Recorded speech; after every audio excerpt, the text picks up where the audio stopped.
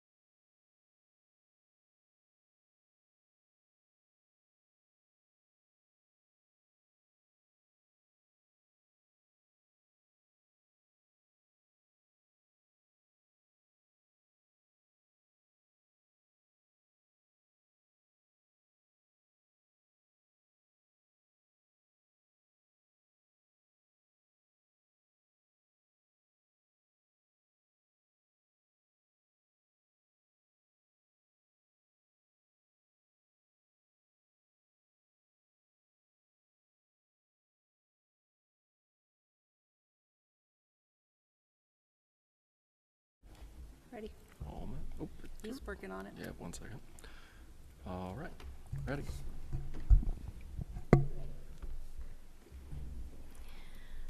I'd like to call this meeting of the Lakota Board of Education's, or I'd like to call this organizational meeting of the Lakota Board of Education to order today, Monday, January 12th. Adam, will you please call the roll? Mr. Argo. Here. Ms. Casper. Here. Mr. Horton. Here. Mr. Wynn. Here. Ms. Schaefer. Here. Do I have a motion for approval of the agenda? So moved. Do I have a second? I second. Any discussion? Hearing none, Adam, please call the roll. Mr. Argo. Yes. Mr. Wynn. Yes. Ms. Casper. Yes. Mr. Horton. Yes. Ms. Schaefer. Yes. Please join me in the Pledge of Allegiance. I pledge allegiance to the flag of the United States of America and to the republic for which it stands, one nation, under God, indivisible, with liberty and justice for all.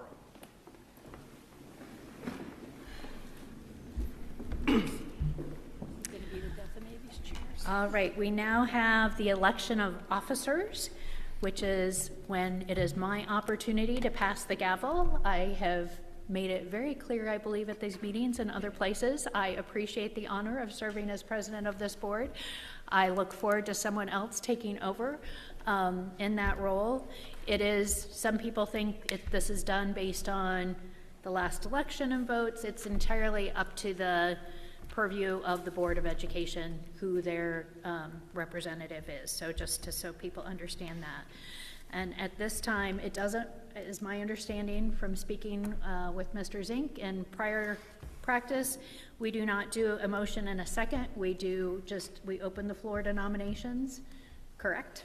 Open nominations, and then once we have the nominations, then we'll go and say everybody's name, and you can basically cast your vote by saying the name. So at this point, I would like to open the floor to nominations for president for the 2026 year. Anyone? I'll nominate Mrs. Casper. All right. Are there any other nominations? Hearing none, Mr. Zink, please call the roll. Mr. Wynn? Yes. If it's Ms. Casper, just say the name Ms. Casper if that's who you're. Ms. Casper. Mr. Argo? Mrs. Casper. Mr. Horton? Mrs. Casper. Ms. Schaefer? Mrs. Casper. Ms. Casper? Me. I accept.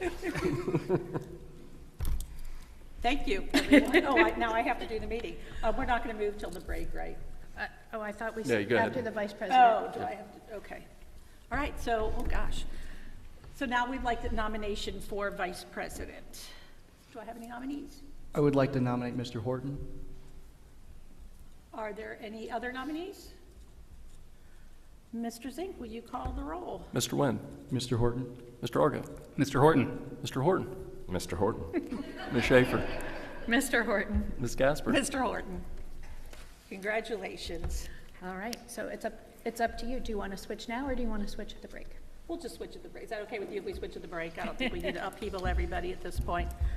Okay, so we have lots of things we have to approve. Let's start with approval of the following. I can do this A through E, correct? That's what I was going to ask. Do you want to do it as a consent, or do you want to do each item individually? I would, unless anyone has an objection, I would like to have a motion to approve the following A through E. Membership renewal to OSBA, the Electronic School Management News, approved membership of the Consortium of State School Board Associations, Legal Assistance Fund, and OEPI. Does anybody object to doing it all at once? Then I would love a motion. So moved. Second. Any discussion? I do have a discussion point about COSBA. Yes. I know that we had talked, you all had attended prior to me coming here, and I think there was some discussion around whether it was beneficial. This year, COSBA is in Louisville, Kentucky, so it's only about an hour and a half away. So if we wanted to kind of try that again, we would be able to do that without a lot of investment, just because we wouldn't have to have a flight or anything like that. In fact, early registration is actually due today, so we're probably going to miss that one. But just for general reference point, just for the national conference only, would be about $825, and then the pre-conference and the national conference is $1,125. That's, again, we're gonna miss the pre-registration because that's today, but I wanted to bring that to your attention and have that as a discussion, that if we wanted to do that, we could. And that date, again, is in Louisville, Kentucky, and that is March 13th through the 15th. March 13th through the 15th. Since it's in Louisville, and it would be a drive, we would not be flying. Correct. And the pre-conference, if I'm not mistaken, is more for urban school districts? Correct. So we would probably not need Correct. to attend the I would pre-conference. assume we would do the national conference only. national conference. The normal hotel there is the Galt House that they recommend that you stay in. We can certainly try to do that because it's connected to that convention if that's what we want to do. Just because of the registration, we might not get that, but that would be the ideal place, would be the Galt House. Okay. Does anybody have a question, a preference? It has been a while since we've been, a couple years. It might be, since it's in Louisville, it might be worth trying again. Does anybody have any thoughts? I like the cost effectiveness of it. So I like the cost effectiveness Yeah. of it. It's easy to get to and relatively Right, inexpensive. be able to drive. Does everybody agree? Okay. Mr. Zink, will you please call the roll? Ms. Schaefer? Yes. Mr. Horton? Yes. Mr. Argo? Yes. Mr. Wynn? Yes. Ms. Casper? Yes. The next thing we have to do is appoint the legislative delegate to the OSBA Capital Conference and appoint an alternate. This is the meeting that we go to in Columbus that I think Doug was the delegate this year. Mr. Wynn, do you have any interest in being the delegate? It's a great thing for a first-time school board member. Sure. Sure? I'm willing to be the alternate. All right, then we would need a motion. Well, let's talk about the alternate. Or did you say alternate or the delegate? I think she asked you delegate, but you said alternate. Would you like to be the delegate? I'm willing to be the delegate. About to be the delegate? Do I have someone that's willing to be the alternate? I can do that. Okay. Then I would like a motion to appoint Mr. Wynn, our OSBA delegate, and Mr. Argo, our alternate. Do I have a motion? So moved. Second? Second? Any discussion? Mr. Zink, will you please call the roll? Mr. Horton? Yes. Ms. Schaefer? Yes. Mr. Argo? Yes. Mr. Wynn? Yes. Ms. Casper? Yes. We also, as you know, we need to appoint a Butler Tech rep. Mrs. Schaefer has been our Butler Tech. It is a 3-year term. This is the end of her 3-year term, and so we are looking to appoint a delegate to Butler Tech to attend the Butler Tech meetings and be our liaison to the Butler Tech Board of Education. And I know, Mr. Wynn, you have expressed interest. Yes, ma'am. So do we have a motion to appoint? Well, I guess I should ask, does anybody else have an interest? All right, then we will have a motion to appoint Mr. Wynn, our Butler Tech delegate. So moved. Is that a second? Second? Mr. Zink? Mr. Argo? Yes. Ms. Schaefer? Yes. Mr. Horton? Yes. Mr. Wynn? Yes. Ms. Casper? Yes. Congratulations, Mr. Wynn. And we will make sure, Dr. Whiteley, to get that information to Butler Tech so they know who our delegate is. Okay, committee appointments. What we traditionally do is we try to scope out how everybody's interests are for committees. Mrs. Schaefer did that earlier after the election, early in November, December. What we kind of try to do, the appointments are at the discretion of the president, but we try to make sure that everybody gets at least their first choice. So with that said, we are looking to appoint policy, community engagement, facilities, finance, and that's it, right? Yeah, because we did Butler Tech.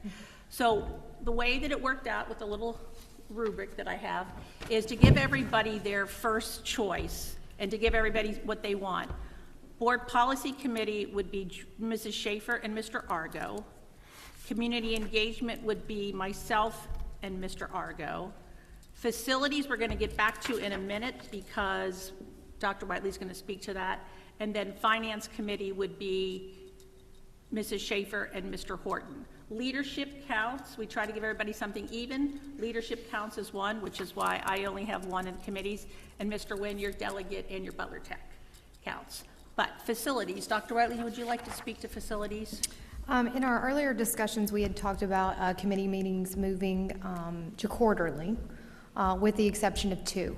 One being finance, which would meet more regularly, and then also master facilities. However, in master facilities, as you know, some of the time that we need is predicated on when we would decide to go to the ballot. And so one of the questions is making sure that we have a regular cadence at least through the end of February. Regular cadence meaning that we would like this committee to be a quorum committee, meaning that we would need 3 board members in attendance to each of those to be able to have the quorum.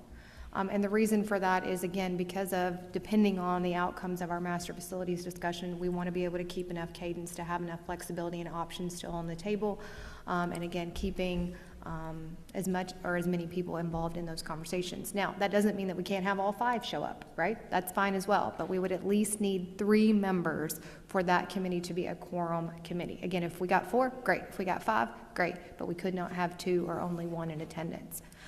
So looking at having that quorum. Initially, as we had discussed that, because of the flexibility of schedules, and I know we all hadn't spoken about this as well, but Ms. Casper, Ms. Schaefer, and Mr. Argo's schedule would allow for that quorum to be, and then Mr. Horton and Mr. Nguyen, you could come in as you are available, but I wanted to make sure that that was appropriate for the group, because again, if we call it a quorum, we do have to have 3 in attendance. Discussion? We tried this previously, and then people's schedule didn't allow, so that's why we went back to having a subcommittee. So the goal had always been, we wanted, it was an important enough conversation that our goal had been last year to try to include all voices.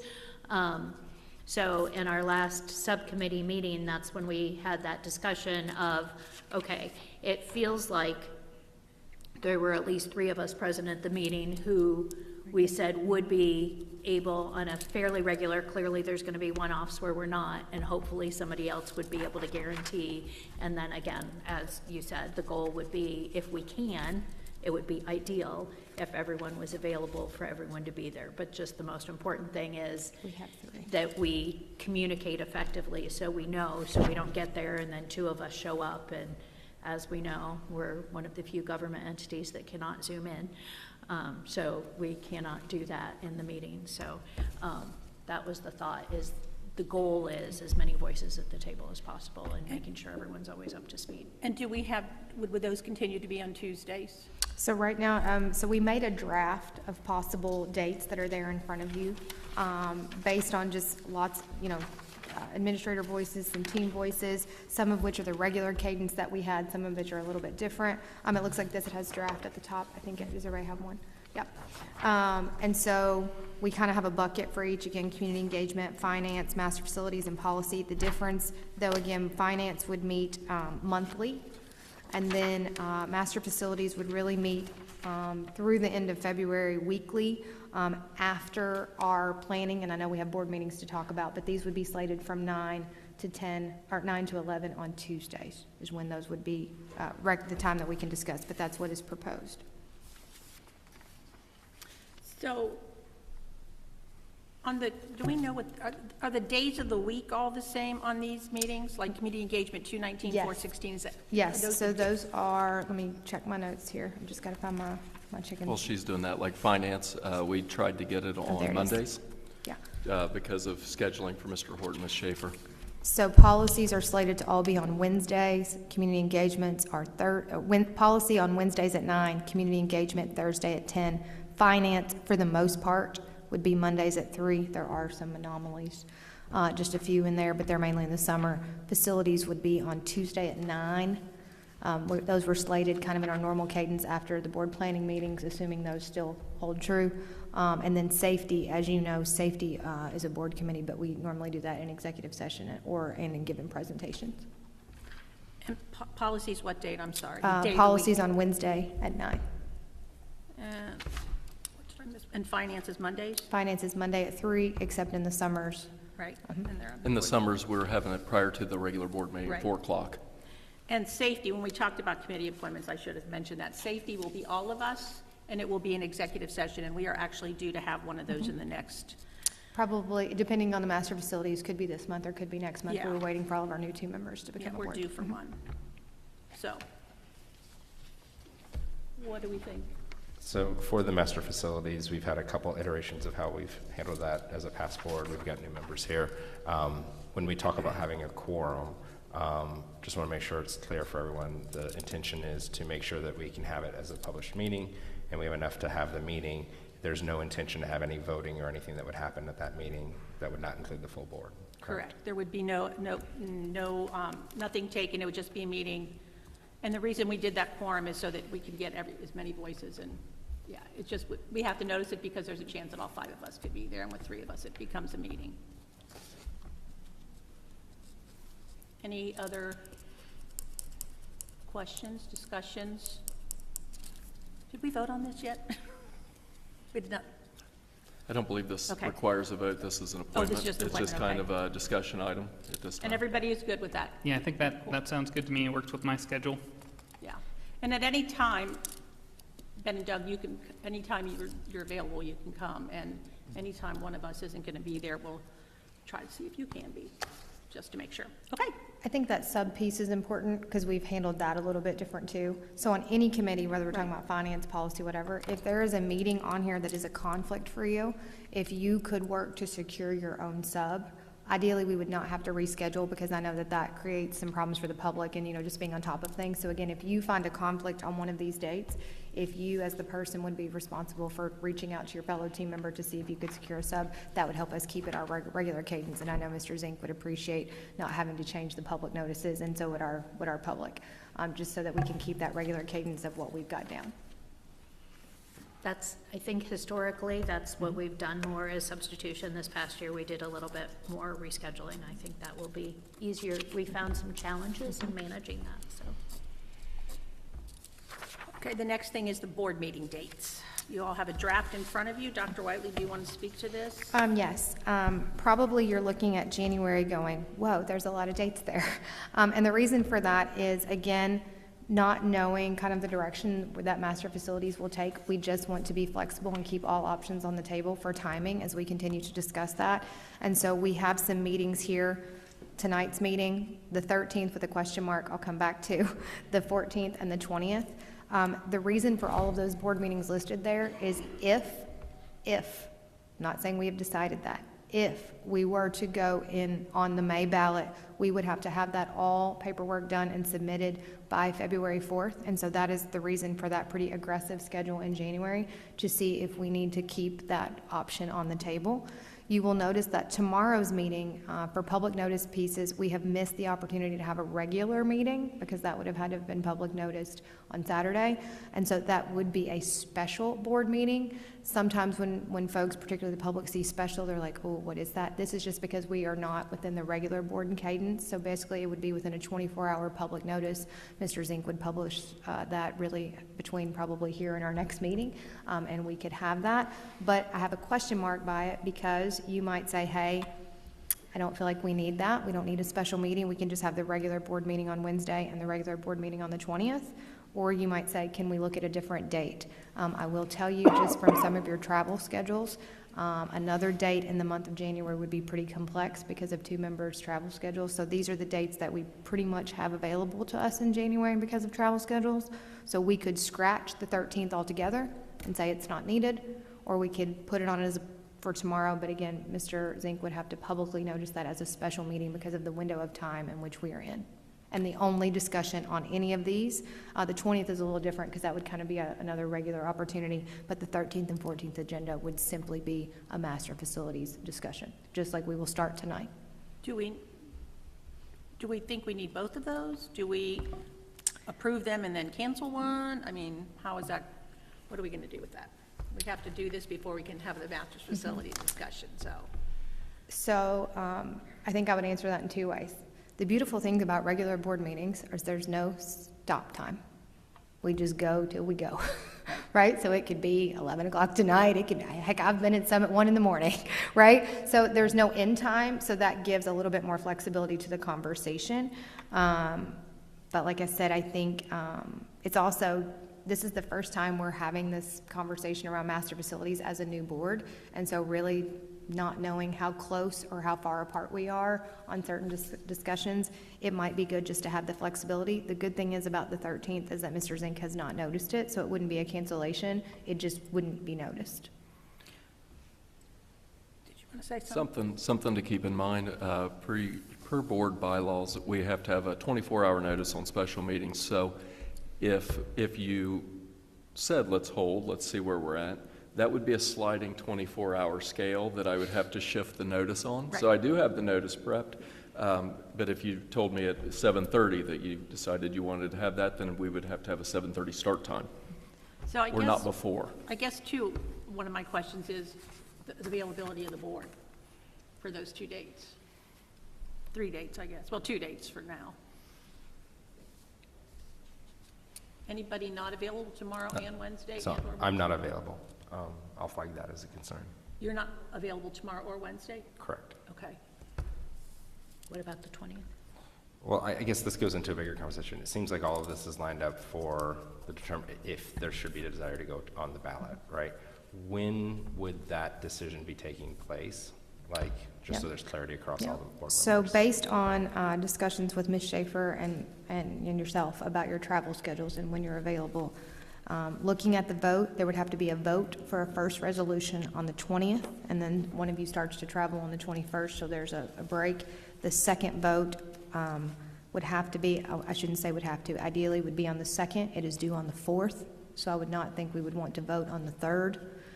So really, the 20th and the 2nd are your voting, take action, possible dates to do the 2 resolutions, and it does have to be 2. They can't be combined into a single meeting if we were to do that.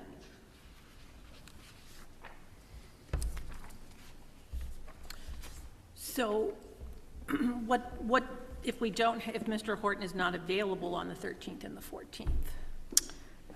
We could continue to meet and have a discussion, and then I could, Adam and I could continue to engage Mr. Horton so that he is aware of all things discussed during that meeting so that he can make an informed decision if we were to decide on how to cast a vote on the 20th. Yeah, as long as we have enough of a quorum, it's no problem to follow along, and you know, Adam does a good job with minutes, and we capture all the notes, and so that wouldn't be a barrier. So are the other, Alex and Ben, are you available on Tuesday and Wednesday?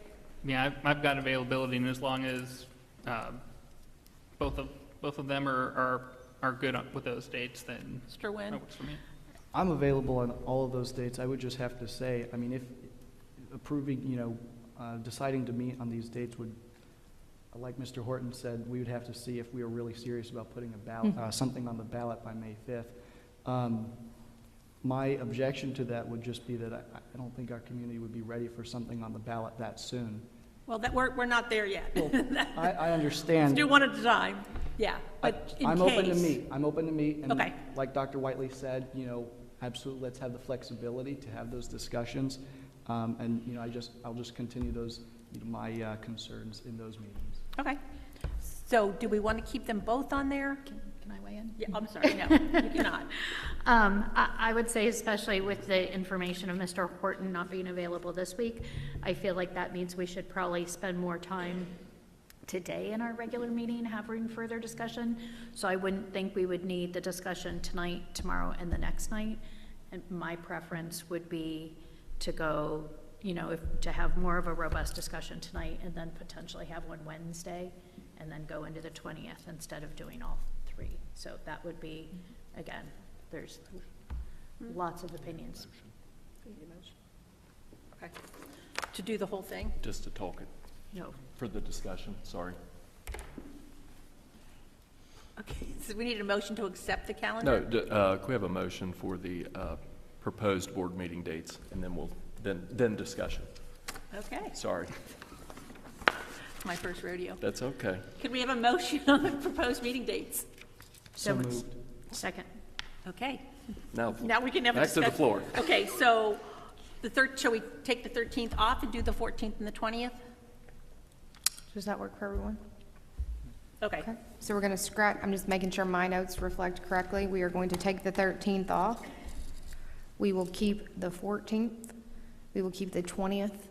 And we will keep February 2nd. location of those, just as a question to make sure I'm clear, will we have the 14th meeting? I know the 20th meeting will be here. Will the 14th meeting be in this spot location, or will it be in D&E? Or do we want to be consistent and just keep it in this location? What's your preference? I just think for public consistency, it might be idea to have them here, so there's no confusion of where to go, particularly since we've had master facilities sub-quorums and things like that. I think it might be helpful, just because it is a regular board meeting, to have them in this location where our regular board meetings occur. So we're taking the 13th off. Is everything, keep in mind also that when we have a board meeting, if there's a meeting you have to miss, as long as we have quorum, you can miss a meeting. It's not set in stone that you have to be there if something comes up, especially Mr. Nguyen, if you have I don't want you to miss a final to come to a board meeting. I appreciate that. I will say that holds true, except for, again, going back to the conversation at hand around master Yes. facilities, the only exceptions to that, if we were to decide to go in May, we would need the all 5 because of how the votes have to splice out on January 20th and February 2nd. All 5 would need to be present for that because of the number of votes you have to put something on a ballot. So let's keep that in mind. Is there anything else on the drafts? We are looking at continuing with our 7 a.m. work sessions and then the nightly meetings. So I just want to make clear, because I didn't follow the conversation. So for the 14th and the 20th. For the 20th and February 2nd. For the 20th and the 22nd. No, we're the moving 2nd. them. February 2nd. Okay. But I'm actually curious about the 14th and the 20th. Okay. We're moving them here, and at what time? 7 o'clock, or 6 o'clock, our regular time. 6. So these are evening meetings, not like for, okay. These are and for all intents and purposes, these are regular board meetings. Okay. Just like we're in, well, not right now, but getting ready to be in at 6 o'clock. Okay. And should our conversation go a certain way later, we can potentially cancel these from what we approve right now. We have a form Okay, to so do do we need to take a vote, Adam? You want to call the roll? We're going to discuss the rest of the meetings. I'm sorry, what? We're going to discuss the rest of the meetings. Oh, for the I'm rest of the sorry. year. That's what I said. Was there any issue with the rest of the Yeah, and meeting? then I derailed it, so I apologize. That's okay. Go ahead. I'm slow today. The only thing I noticed is about mid-year, we start getting into a strange cadence where the work sessions are basically the Tuesday after the regular meeting. There's not the 2-week break in between. And so it got a little funky to me as far as, especially as we get into the latter half of the year, is that enough time between meetings? Is there enough going to happen between that board meeting and that to warrant a work session? So just wanted to look at that. I know we had definitely talked about that in November. Adam and And I in had May. talked about that. And then probably in May, we talked about that as well. Based around the graduation schedules. Yeah, based around graduation, that's what drove the schedule in May.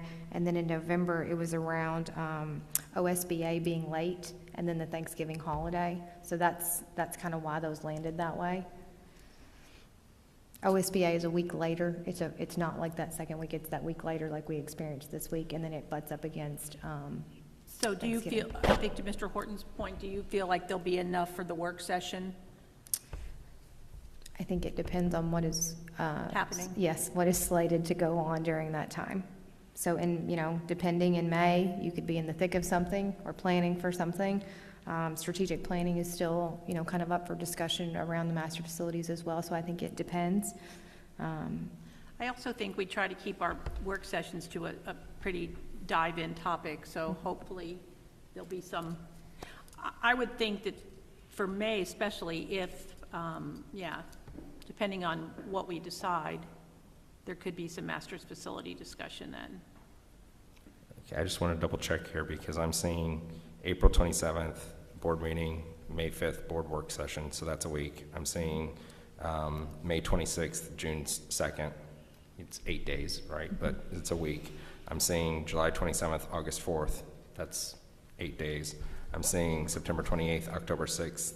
Like, we get out of sequence for the entire second half. So it's just a watch out. I mean, obviously we can take a look at it, but I'm just concerned that with my experience going from a board meeting where decisions are made and then being prepared to have the discussions to set us up for the next meeting, it probably might make more sense to have more time between to make sure that we're reacting to the actions that the board takes. Would you like to look, do we want to just keep an eye on that, Dr. Whiteley? We certainly can, or I can try to revisit that kind of right now pretty quickly. Like looking at the 27th, I'm just gonna pick on April because it's the 27th. We could move the planning meeting to May 12th if we would like. I mean, we can do that, or would you like me to look at these in their entirety and go from there? I can tell that certain things are affected by like graduation and stuff, but it looked like we just got off, and then it looked like the second half of the year is where I was concerned. It seemed to be that every month, so it might just be worth looking at the second half of the year.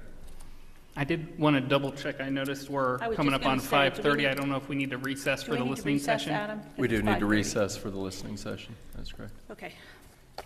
So we just table this, we just need to take a recess because we have the listening session. I'd like to move to make a motion to recess. President can call recess. We're gonna have a It's okay, recess. you don't need a motion. We're having a recess. Because then we'll finish this out. Yep. Because we don't want to. Recess at 5:30.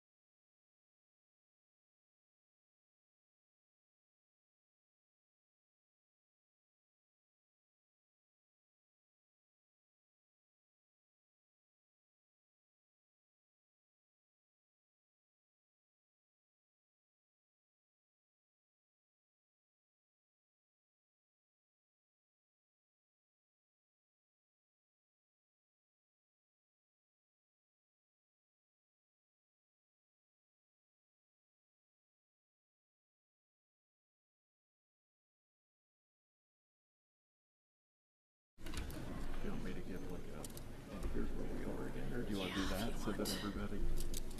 Sure.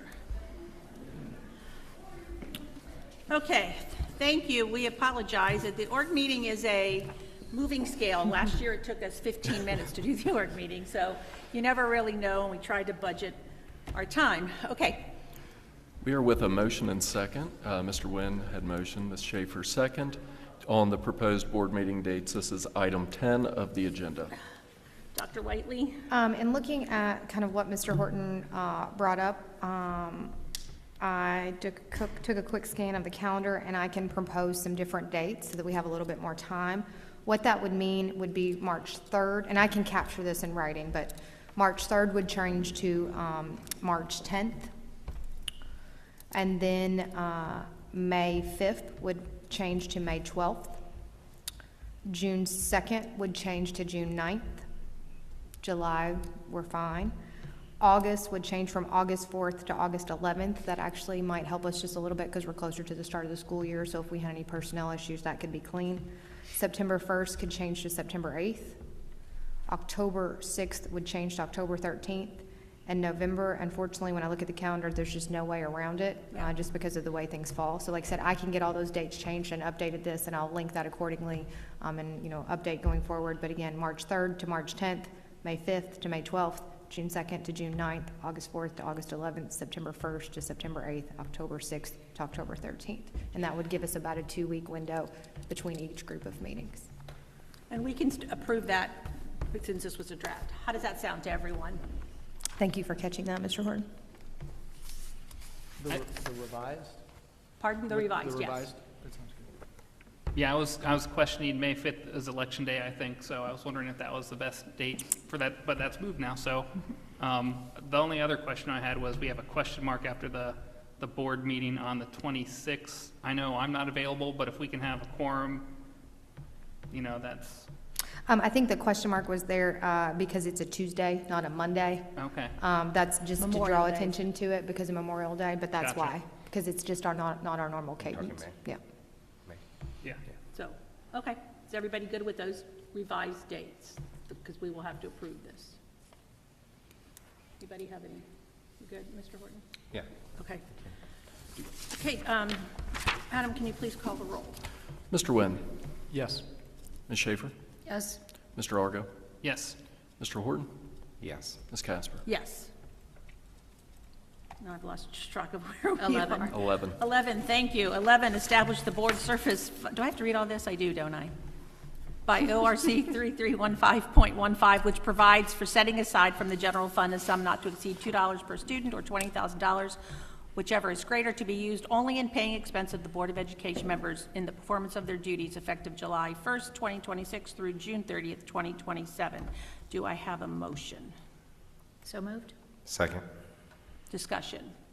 What this does is this pays for our travel to our conferences and things like that, in case you were curious. Any questions? Okay, Mr. Zink, please. Ms. call. Schaefer, Yes. Mr. Horton, Yes. Mr. Argo, Yes. Mr. Nguyen, Yes. Ms. Casper. Yes. Number 12, authorize members of the board to attend workshops, seminars, and meetings for professional development held by organizations the board holds membership with and to benefit the governance, academic, or financial status of the district. Professional development held by other organizations shall require approval by the board to attend. Do I have a motion? So moved. Second. Any discussion? Mr. Zink, would you please call the roll? Mr. Horton, Yes. Mr. Nguyen, Yes. Mr. Argo, Yes. Ms. Schaefer, Yes. Ms. Casper. Yes.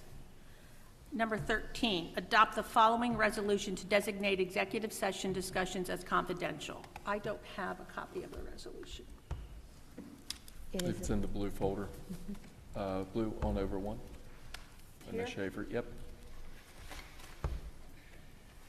Keep going.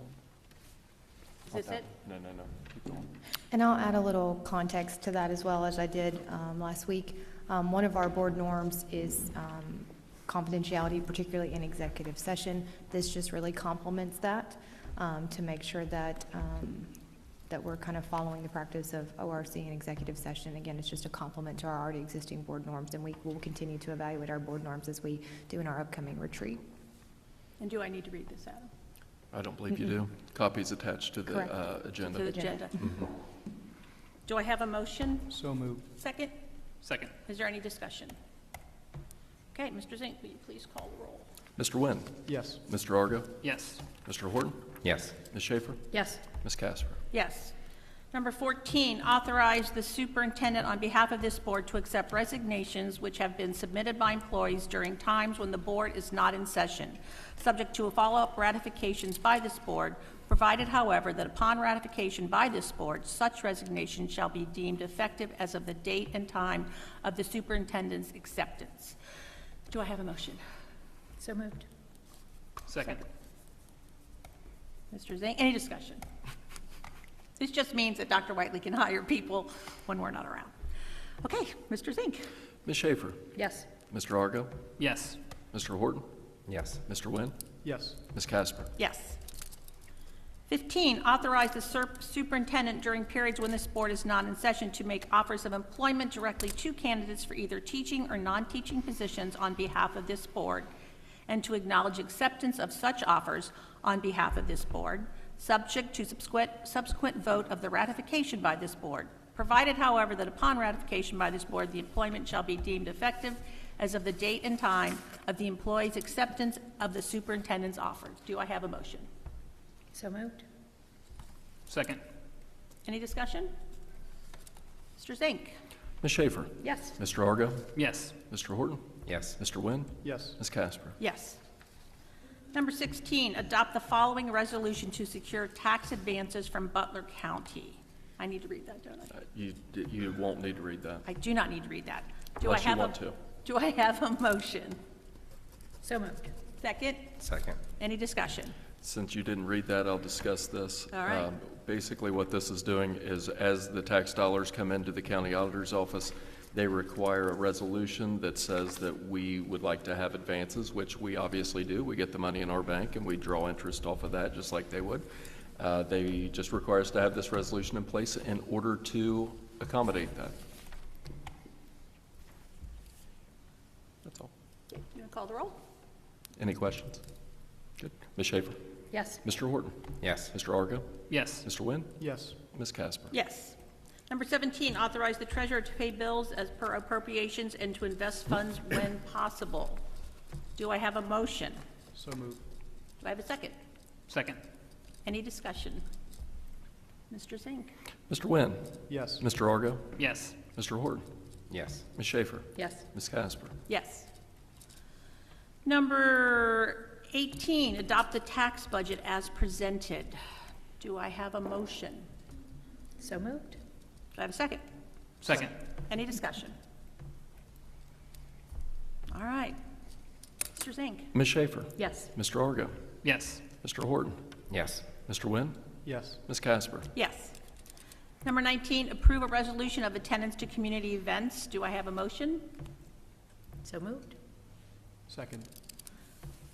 This is just to approve the board going to like chamber dinners, Boys and Girls Club, all of the organizations that we support when they have their annual fundraisers or event. This is to approve us attending those events. Mr. Zink, may you call the roll? Ms. Schaefer? Yes. Mr. Nguyen? Yes. Mr. Argo? Yes. Mr. Horton? Yes. Ms. Casper? Yes. Number 20, approve Frost Brown Todd, Enos Britton, Bricker Graydon, Pepperl and Wagner for legal counsel representation on an as-needed basis. Do I have a motion? So moved. Second? Second. Any discussion? Yes. I have a question. When do we use, so this is a lot of law firms, when do we use them when you say as needed? Which ones do they apply to?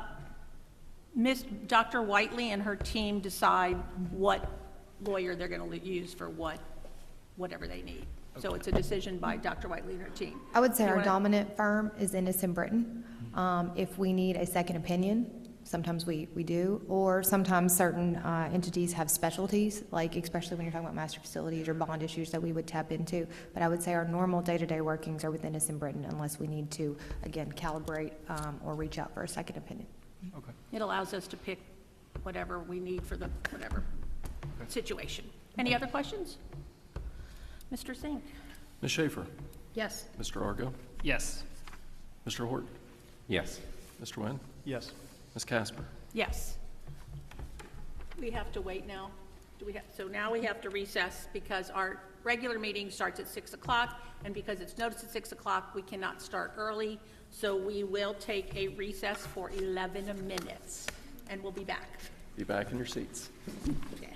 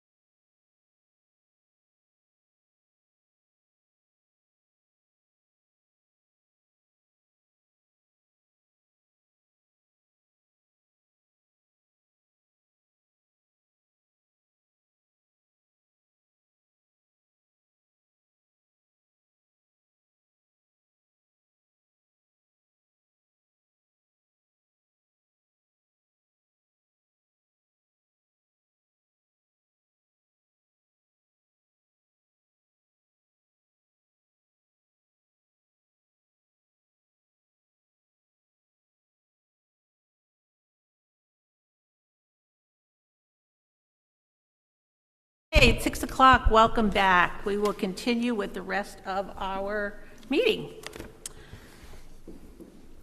Board President's comments. I just want to thank my fellow board members for the trust you put in me to lead the group this year. I'm excited about where we're going. I'm excited about sitting at the table with this group of people. I think we've got some challenges, but I think we also have a great team. We do a lot of stuff well, and we have a lot to be proud of. We just have a lot we need to work on and move us forward. So all I have to say is thank you to my fellow board members. Dr. Whiteley. I continue to be amazed that it is second semester already. In fact, last week, we started our week, as I mentioned, with a PD day, which I always think is really energizing for our staff to be able to kind of reflect about where we've been and going forward. And our curriculum department has done a wonderful job of keeping some longitudinal data and seeing some really positive trends from our staff about their feelings for PD. And then we welcome students back. Tuesday, they're always glowing and brimming, and then Wednesday, they're like, oh, I have to get up again, because it's really their Tuesday. But no, an exciting week, just welcoming everybody back. And second semester always tends to go faster than first semester, if that's believable. So I know it will be a full spring full of full opportunities for our students and our staff and for us as Board of Education. Great. Mr. Zink. Yeah, wanted to thank, we had 4 members of the community show up to our tax budget hearing today at 3 o'clock at Central Office. That was very exciting. Fun. That was the first time in my career we've had anyone show up, so thanks to the members of the community that attended. Kept me company, we talked through it. Also, 5-year forecast. We do have a different planning time this year due to the changes that the state made. So in February, we will be seeing that, which is much earlier than the normal May. So just something to put on the radar. All right. Okay, we get to our favorite part of every meeting for us, and that's our student spotlight.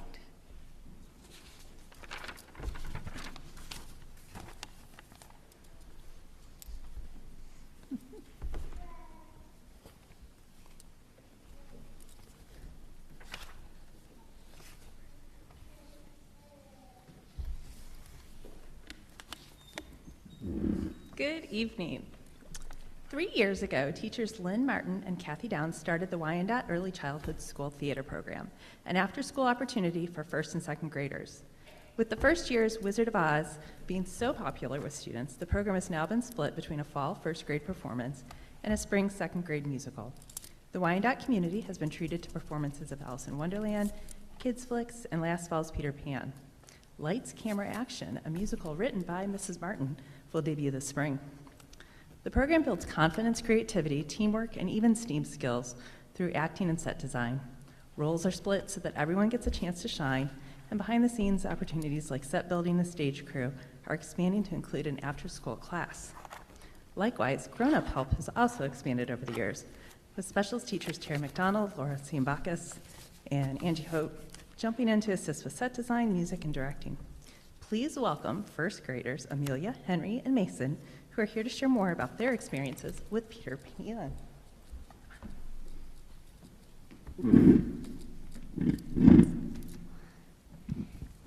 My name's Mason. I'm 6 years old, and I'm first grade in Miss class. And why not did the Peter Pan play? And you might think of me as like I was one of the actors, but I wasn't. I moved the sets around. So, yeah, it was a big experience. I learned a lot about it. I learned so much. It could blow your mind out.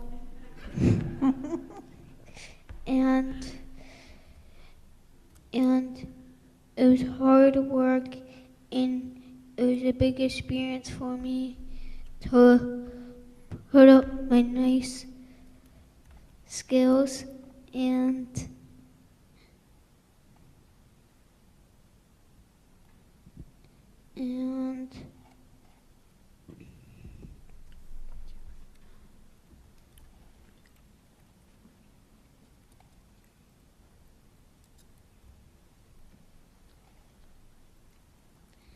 I had so much fun.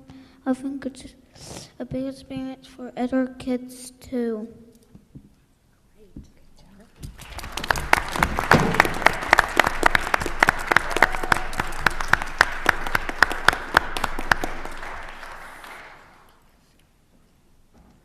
Hello, my name is Henry. I was in the Peter Pan play. I was the father and a pirate. I think other people should do the Peter Pan play. I like that people laughed at me when I did silly parts.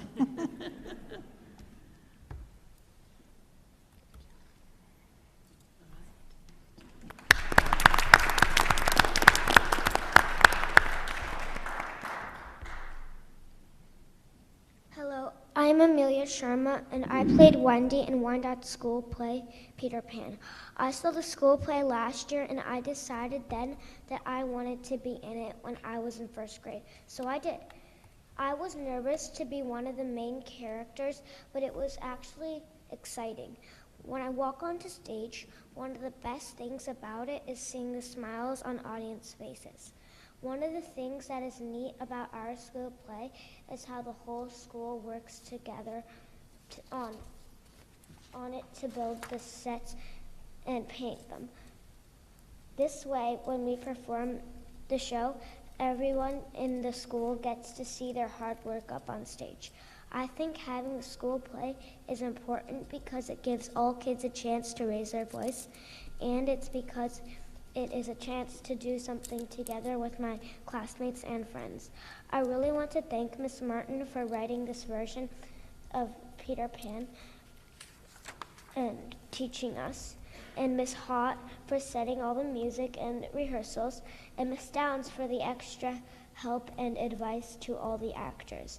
This school play really did bring everybody together. Thank you.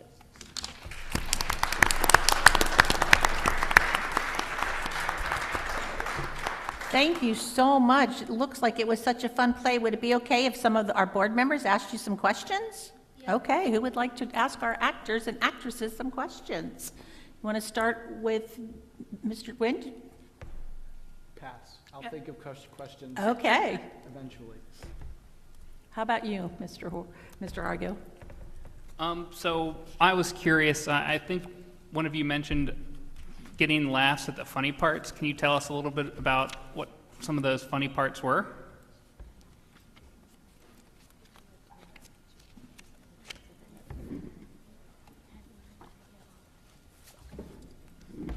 So I was the father, and when I said, "This tie won't untie," all the grown-ups laughed at me. Love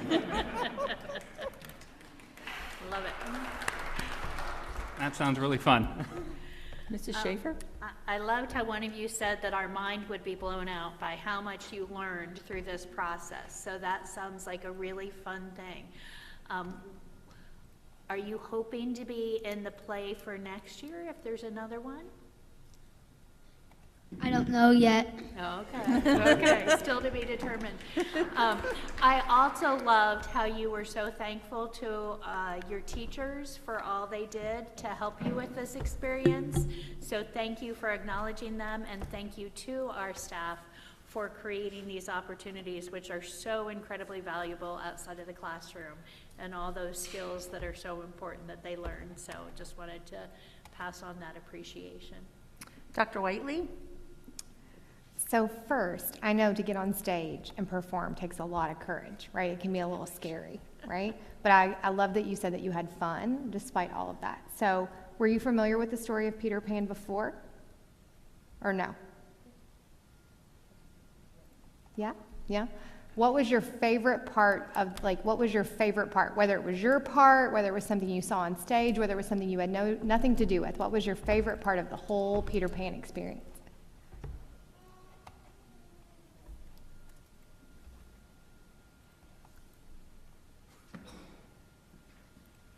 Liked just the first part. I think it was really cool. Like the first act? Yeah. Yeah.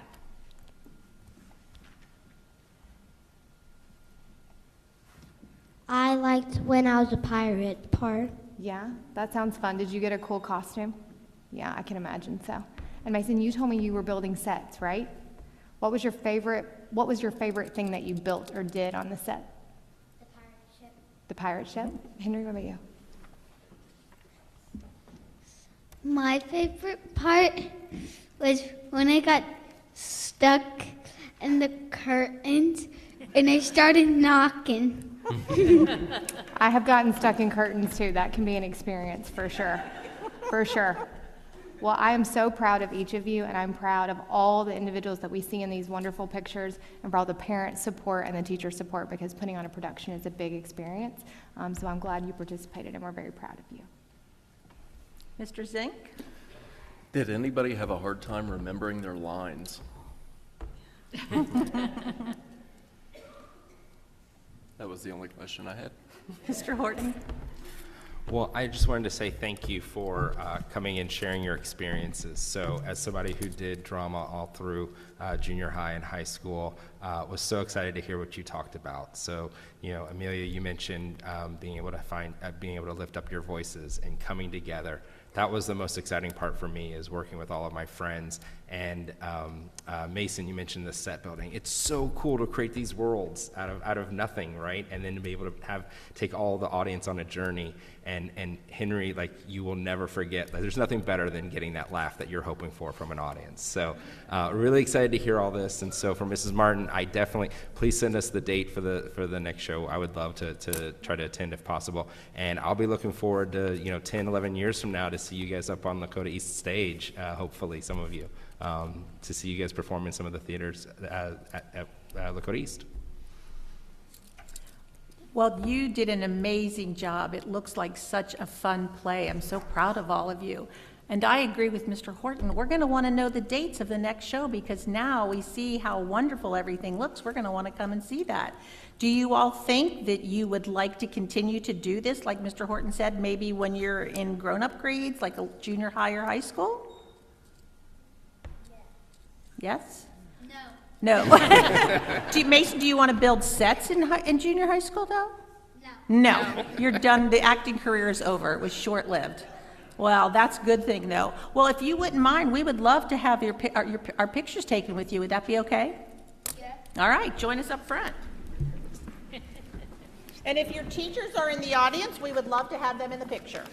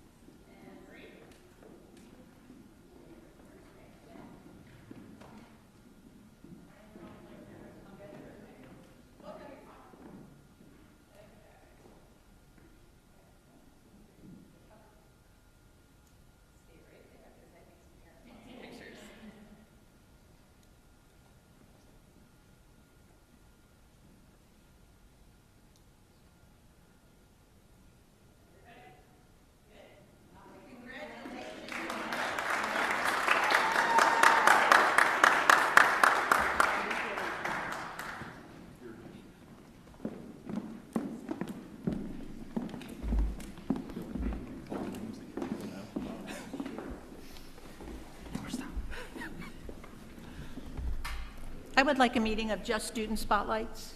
Yes. Could we arrange that? Okay, moving on. Whoever has to follow that act, master's facility discussion. So we would like to invite our architect to the stage.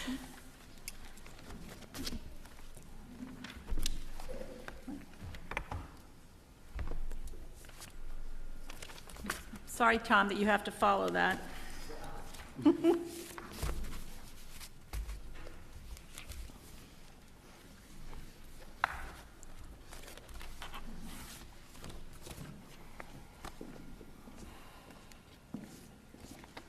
It is a tough act to follow. Dr. Whiteley? You have a green folder at your table, and that is a draft of various and sundry things. Options, there's some community feedback pieces in there, and there's also just some different plans that we've kind of talked over in the past. Those are linked in our agenda, and those will be up on the screen for those in the audience to make it a little bit easier to follow along. Before we dive into kind of aspects or pieces, I wanted to review just the feedback information that we had received. That's kind of in the back of your folder. 3 different documents. They're very narrative in nature, past kind of the graphics and maps. Probably again, they're all 3 a wealth of information, but particularly that document that you might want to focus in on is the common themes and differences between in-person feedback versus the thought exchange or the survey that we gave. For any of you who have attended any of our feedback sessions or all of our conversations, you know, we were reflective of what were the priorities of our community. So what were the things in our original master facilities plan that we saw in November that we still wanted to make sure we prioritize and keep on the forefront. And then there was also part of the session to talk about growth opportunities. So our original 4 themes, if you go back all the way to 2018, and you look at all of the data that was collected all the way really through the time we put the issue on the ballot, our community said that the 4 themes that we were looking for from a master facilities plan were flexible learning spaces, safety and security, whether that be ADA compliance or that be safety as we know it, like active shooters and those kind of features. Fewer transitions, so more continuity. I sometimes call that grade band configurations that we look at to have longer stretches in our buildings for our students and our parents. And then last but not least, class size. Not only did we hear that from 2018 on about class size, but I also heard that same data point in my 100+ listening sessions as the new superintendent, that class size was really something that our community was grappling with, particularly in K-6, with numbers being 27+, 30+ in most situations. So if you look at the feedback from the focus groups and or the thought exchange, really all of those things still hold true. Okay, now depending on if you're looking at in-person feedback or data feedback, there might be some nuances of kind of the order of those, but really fewer class sizes, safety and security, and those fewer building transitions certainly are still relevant for our community as far as things that we are hoping to prioritize with a master facilities plan. But of note, when you look at the differences, again, just trying to make sure that we understand what are the commonalities or alignment that we have, and those are around those priorities, but also what are the differences. Some differences that came up between the in-person focus groups and the survey data was flexible learning spaces. So while important, it kind of moved in priority depending on, and I don't think that people normally said flexible learning spaces. That's not how they stated that. They would state that as future ready. They would say that as long-term planning, making sure that we're not stagnant in our facilities. So again, that one had a little bit more rise to the top, again, with the differences in nature. The other thing that came up was busing. In the thought exchange particularly, busing took more of a rise than in the in-person. But busing with a regard, and this was true even in the in-person, that busing as far as distance, people were concerned about distance of buildings and what that would mean for their child on the bus, and equity of busing in the community. We did hear some things for sure about high school busing, but busing at large in the thought exchange came up a little bit from what it had previously. And again, if you look, it was really about logistical challenges and equity. Again, about the side of town you're on and how long you would be on the bus. Some other important notes that came up kind of across the board is that our community would be interested in looking at a master facilities plan that is phased rather than one large ask. That certainly came up last week in our in-person sessions, but also on the thought exchange, that instead of doing it as one big project, perhaps we could look at it in phases, meaning some people talked about the timing complexity that we're in around property tax. I think we heard that in the listening session as well, about the trust of the government, things going on, that perhaps it would be looked at phasing that rather than one big ask. And then also a large theme, again, in both, but depending on the priority that it took in the thought exchange or the feedback, just about community engagement and transparency. And I think that's about building trust. Trust with our school district, trust with our community as a whole, and how we work together with our elected officials and our trustees, making sure that we simplify the message wherever we land. It needs to be simple, because as we heard tonight, it got pretty complex, and I think people had trouble following that. And perhaps because it was complex, people kind of tuned out and they didn't engage to the depth that they would have. So continuing to engage our community and being super transparent and super clear on whatever direction we take forth. So that's kind of an overview of the feedback survey. Like I said, you have kind of the nuggets of each of you in front of you, but I think that those would, and I would be remiss if I didn't say cost. Certainly cost, and we knew that going into gathering feedback, that cost was a concern, and I do think that that is where people talked about the phased opportunity. Again, that trust aspect, I think also factors into the money piece because of the ballot language complexity and the roll-off complexity and things of that nature. So cost is certainly in there. I don't want to be remiss and leave that out. That is still a high priority to be really good stewards and fiscally responsible to our district. Any questions about kind of just feedback in general that we got, whether that be from the thought exchange, whether that be from the focus groups, in-person sessions?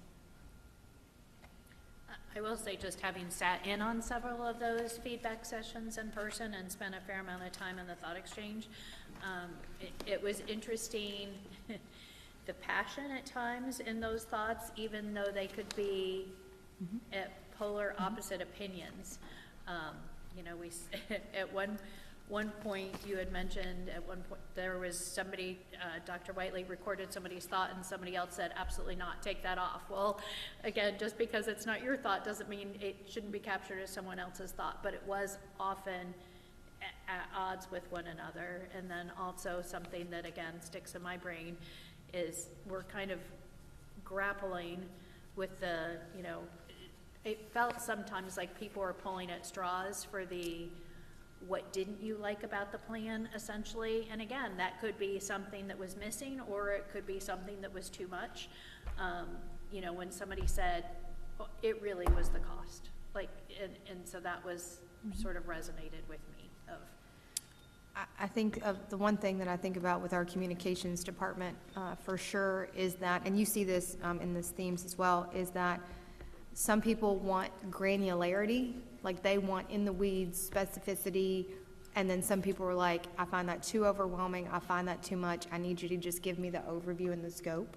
And I really do think there is a dichotomy of what people need, as we all do as learners. We deal with that in our classrooms every day of how to approach that. But I do think the complexity of getting a message that can be heard by the masses and that the masses can engage with, particularly when you have a lot of people who are not parents, but rather just community members. I think that's going to be an important balance to give them, I use the Goldilocks analogy, what is just the right spot where you have enough that you can trust and feel good about making a decision, but not so much that I overwhelm you and you kind of tune out.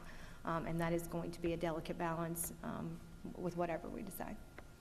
Yeah, I'll say, just having attended some of the sessions, that the complexity did seem like an issue, especially when those people who wanted that detail would say, oh, it would have been nice if we had this detail or that detail or that detail, and we had provided that, but I think because of the complexity with the roll-off and all those things, I think we got caught up in the financial part before we could even get to discussing the actual plan. I think that was where a lot of the discussion in the community just kind of landed.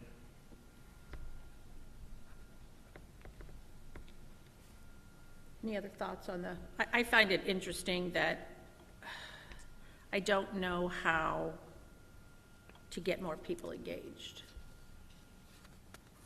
It's, we sent the postcard out with all the dates.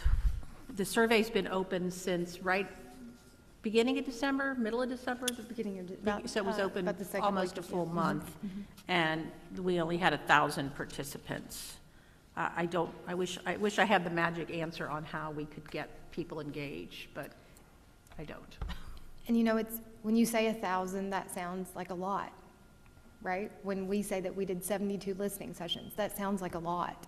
But when you have 100,000 people that you're representing, and you get 1,000 on a survey, and we probably, rough estimate, maybe 2,000. I think really thinking about how do you just get the scope, right? The scope, so that people do feel informed and feel like they can and cast a ballot in an informed way. I do think that continues to be a challenge, particularly for all school districts, not just ours, Right. but all school districts, particularly since COVID. I think we have seen a decline just in engagement and what that looks like. I was surprised, honestly, in the, not only but in the informational sessions, more so than the feedback sessions, the informational sessions that we had on Zoom, in an effort to make sure that people didn't have to leave their home, they were the poorest attended. So the in-persons, Westchester Midpoint Library is the spot. That's the like place. That is the sweet spot. We get the most traction there, kind of midday. But I was really surprised on Zoom. We did not get the traction at all that we would have assumed that we would have got from information sessions. I think the most we had was maybe 5, something like Yeah, that. it 5 or 7. It was I would have not. thought it would have been good. Yeah, it was Yeah. not a good number. Yeah. The other thing I do. It didn't rise in some of the top priorities necessarily, but I do think, and you can see this kind of in the data, is the idea of locations of buildings is going to continue to be an important conversation about equity and location, which I think ties to that busing conversation. People not knowing exactly what a route would look like depending on where a building would go caused some consternation about how long would their child be on a bus. So I do think there is an element of that piece as well as far as locales. Any other thoughts about the feedback before Dr. Whiteley gets into the? Okay. So I'm trying not to oversimplify, but in essence, there are 3 things when you talk about master facilities that we will need to grapple with and decide at some point, right? One of those is what option do you put on the ballot? So what does the actual master facilities plan look like, right? What option do you go forth with? The second piece of that is what is the timeline? So is that a May ballot? Is that a November ballot? Or beyond, right? And then the third part is, and I looked at Mr. Zink, it's more of the money, the millage, the ballot, all of the financial aspects. And I say that like they're not tied together, but they are. Those are all kind of intricately entwined. But you got to start with an option to know how much it costs, right? To then say, what are you going to put on the ballot and what is that timeline? So I'm trying to chunk it to make it sound simpler probably than it is. But I think the first discussion is to continue to look at what options are we interested in pursuing or considering when we talk about a ballot. So kind of going back, really after November 4th, we started engaging in this conversation, right? I know we have data from really before Christmas on, but really after November 4th, we started to say we need to regroup, we need to reconsider some things and look at some different options. And so in your packet, you certainly have a history here. That's the one that's not in color. You certainly have a history here of different options that were considered. Everything from, do you go back to the ballot with the exact same plan? And I think we said because of how unsuccessful we were, that was not an option. We heard loud and clear from our community that option did not work for our community. So the plan that we saw on November 4th, while an option, didn't get a lot of traction, right? Another option that was considered, particularly because of the differentiation of the vote, was perhaps we just maintain. In those initial conversations, and not saying we can't revisit those, I'm just kind of giving a summary. We said, how do you talk about the priorities of our community? Those 4 things that they said loud and clearly that they want: class size, grade band, safety and security, flexible learning spaces, that maintaining would not meet any of those needs. And so that one didn't get a lot of traction. One of the conversations, I think even before my time and sitting here, that was discussed maybe pretty robustly, was 2 new high schools. Like, what if you had just 2 new high schools and then kind of went from there? And looking at the cost of 2 new high schools, You're talking about $225 million per high school, and that is without having the land to build on. So when you talk about cost, that seemed, again, didn't get a lot of traction, doesn't say it won't, but again, like, how do you balance that with the cost perspective that we heard, particularly when there's no land? And then you struggle with the transportation of, you would have the existing buildings of the main campus and athletics and extracurriculars having to be traversed and transported. There were some different configurations, again, that we looked at. Again, and we were in the mindset that all options are options, right? Just put everything up, consider it, and then kind of go from there. I put in color, you'll see in your folder, I call them C1 and D1, because if you go back into this kind of gray packet, there was a C and D that these kind of iterated from. So C and D kept getting a lot of traction, and the question then, we started to kind of perfect and kind of hone, and C1 and D1, not saying there's not other things to consider, but these are the ones that have gotten the most traction, and so kind of wanting to kind of talk through those.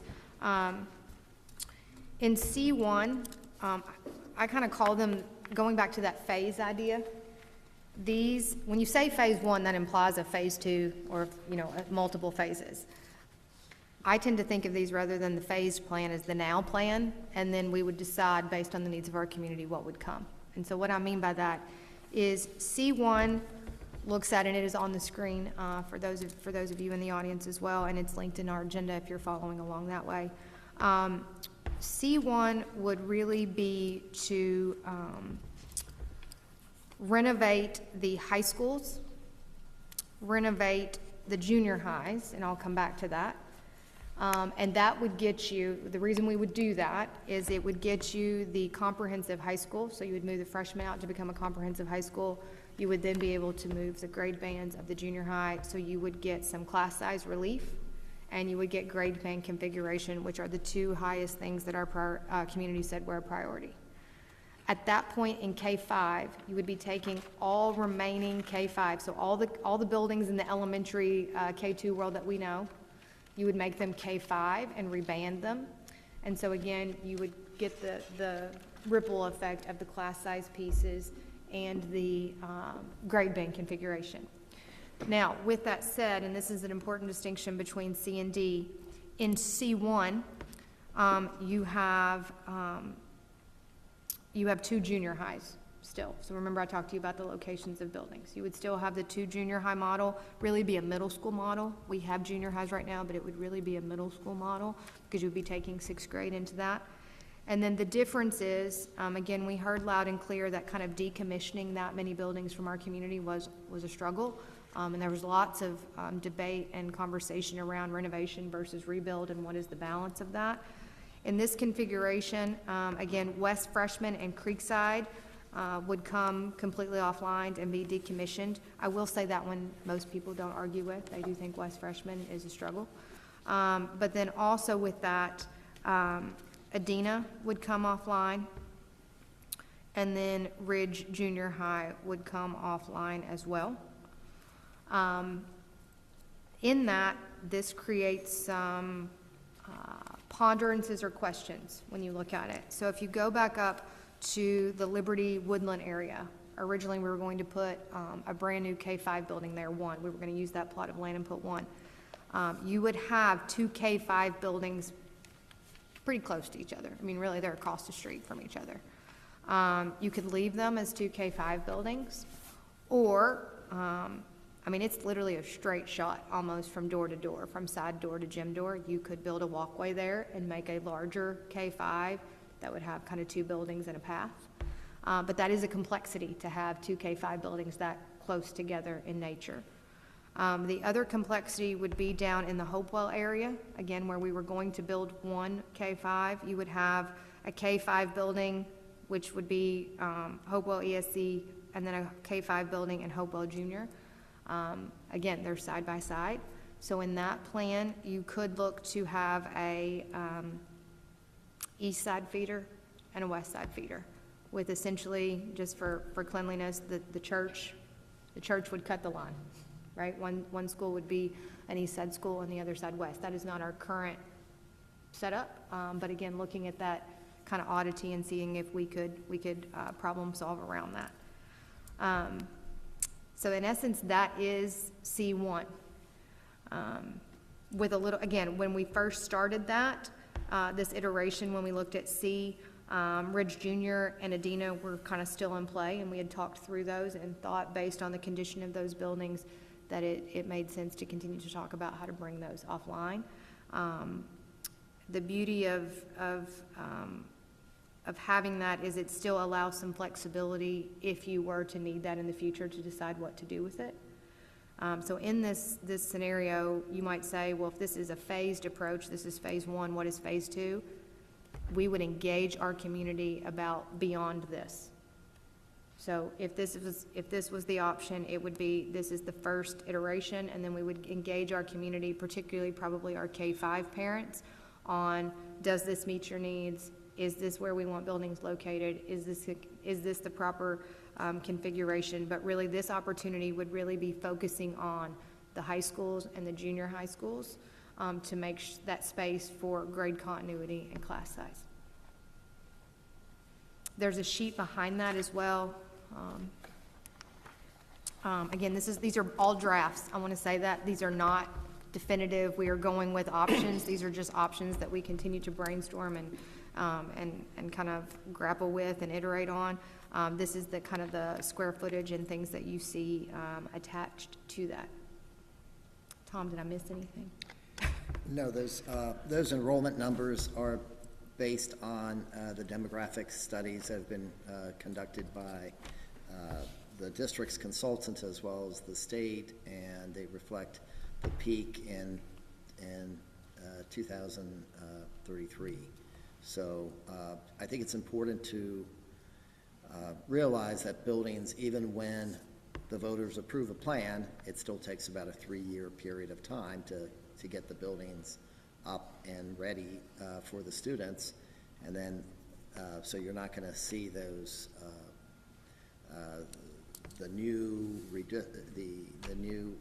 changes, you're not going to see an impact in terms of any savings, operational savings for another 3 years afterwards. So it's also important to realize one of the things we look at is costs and how they increase.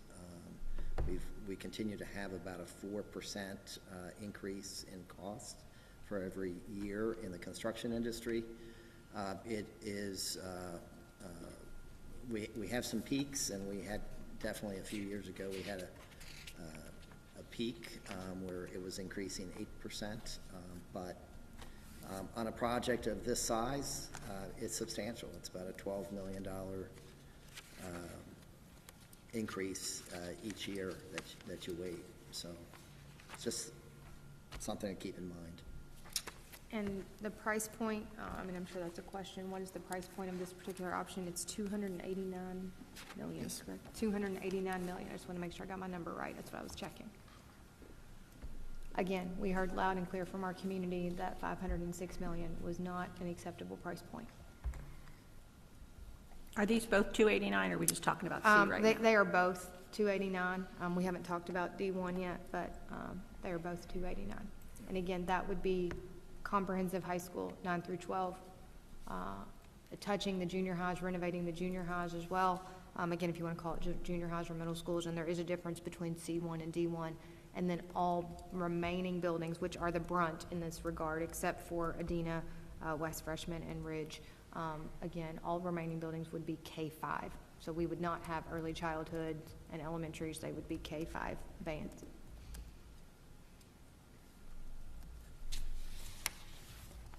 Are there questions on option 1 for Dr. Whiteley and Tom? So I'm sorry, I just want to clarify. On option C1, we would still have ECS and... We would not, they would be K-5s. Okay, so we would just convert all of the schools without All touching them all the to schools K-5. basically that we know as elementary and ECS, right? Again, Adina would be taken offline, but they would be K-5. And again, the beauty of this plan, not that it's without some complexities, like I mentioned, Liberty and Woodland and the Hopewell situation, is it gets you the class size, it gets you the continuity, the grade band piece that our community said was important. It also, I'm not saying it deals with the renovation versus rebuild complexity that we heard and losing so many buildings. There were multiple meetings where we said, how are you taking a building down that is that young or has that good of bones, that we continue to hear from. And so it's taking into as many considerations that we heard during our community feedback and trying to address those while still being very cognizant of some of the things about price point, about, again, still having those flexible learning spaces. Locales, I think we'll kind of flip over when we talk to D1, we can talk about locales. I think still a pretty strong narrative in this particular option would be about busing and transportation, meaning the distance. Again, I'm not saying that is, perception is reality, right? The perception is that if I'm in Shawnee, how long is it going to take me to get to a junior high? And I think if this is the option that we choose, we would really have to be able to address us with our families to make sure that they have that level of specificity to really be able to wrap their head around what that means for their day-to-day logistical commute of their child. Again, we've spent hours discussing all of these, so Hours. it is like you go, I will say, I went into our last facilities subcommittee meeting and thought one thing and I walked out thinking something else. For me, as I evaluate C1, I think a couple of the big pros are Adena Early Childhood School, I would say next to the freshman building. I think that's where there's the second most alignment on, when you have art rooms that don't have sinks that work, people recognize, or, significant bathrooms that they get fixed and they break and they get fixed and break. It seems like that also addresses those. I also look at, again, long-term, we know school funding every year gets tighter and tighter. This does allow for some economies of scale and allowing us to to decommission two additional buildings in this plan, which I also think would provide long-term operational savings. And I think that's what our objective has been and continues to be, is trying to be as focused on our long-term success and not continuing to defer what needs to be done. And so I think that is beneficial, and I do think it gets us a lot of what we are trying to achieve. And those are what I kind of view as the pros and challenges of this. I appreciate the transportation piece, but as we were sitting at central office, which is right next to Plains, which is kind of what some of the concern was, and have a friend who lives in the very southeast corner of the district, and I did how long would it take me to get there right now? And it was still 20 minutes. So, again, I think there's an opportunity if we appropriately manage bus routes where you just go to that neighborhood, pick up all the kids, and it's a straight shot. I honestly don't think it will be that much different than if we're going through a significant number of neighborhoods right now to get the kids to school. So. And I agree with that. I think it's just educating folks on that and helping them understand it. Average bus ride right now is 30 minutes, right? Now, some people would say that's too long. Some people would say that's fine. You're going to hear difference of opinions of that, but really educating people on what the bus route is, what is the distance. I think that, and again, we're continuing to examine and talk about busing. But I do think that just making sure that people have all the known entities when we talk about that would be very important. And again, you're talking about, when you look at your community and who is a parent, you're talking about parents, right? That's parent engagement, not regular community engagement, probably. So just really making sure that we differentiate for the audience so that they have the specificity that they need to feel good about a decision. I do think that both of these, and again, we did spend hours and hours on this, sets us up for being able to continue. It's not a one and done. It is setting up for long-term planning. It's easy to adapt the next phase, whatever that next phase might be. And if you use these two plans. Anybody else for C1 before we jump into D1? All right. So D1, in a very similar vein, I would say the biggest difference, and there are other differences, but the biggest difference is your junior highs, right? So what I mean by that is rather than 2, you would be keeping the 4 junior highs with a little bit of caveat. Liberty Junior would become a K5, and then Liberty Junior, as we kind of know it, would come into the East Freshman Building, which would have been vacated because the freshmen will be moving to the main campus. So again, you would still have your junior high pieces, but in that, when you have 4 junior highs, the conversation started to become, well, who gets renovations, who gets renditions, or additions, all of those pieces. And the age of buildings on the Liberty side is a lot newer than on, the kind of Westchester side. And so looking at, rather than renovating all 4, we would look to, again, Liberty would become East Freshman, Plains would still be a junior high as we know it, but instead of renovating, we would build a new Ridge Junior High and Hopewell Junior because of the age of those buildings, and making them, again, that equity idea that our community talked about, and the locations of buildings. That would be a difference in this plan. So instead of 2 junior highs, you would have 4, and again, 2 new buildings would be built where Hopewell and Ridge are, and then Liberty Junior would go into East Freshman, and Plains would remain where it is. And then again, still similar to that first model, so you've touched the high schools and the junior highs, and then all remaining buildings would be turned into K5 entities.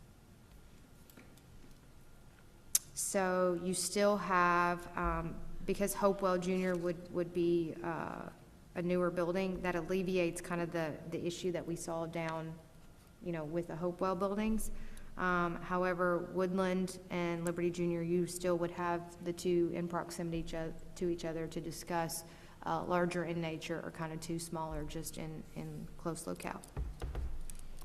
Same price point, again, as C1, but again, just taking to a little bit different nuance, and I'll put the price point up on the screen for the audience. It's just looking at it with a little bit different approach. This one, operational savings looks different because you still kind of have the same number of buildings here. And a question I have, I don't know if it's like you, depending on what day I look at these. With D1, I wonder if it allows us as much future flexibility, because you've built 2 new buildings that are junior highs. Tom and I did discuss pretty recently of being really smart in building those and designing those in case you ever needed them to be something different. Again, without engaging our community and knowing that's right. Adam and I have talked about like East Freshman, the building that we're in right now, being a K5. Could it be? Yeah, maybe. Wasn't built for littles. But maybe, that's the kind of flexibility that I'm talking about in design when you build a junior high, just making sure that it could address future needs as they evolve or the demands of our community.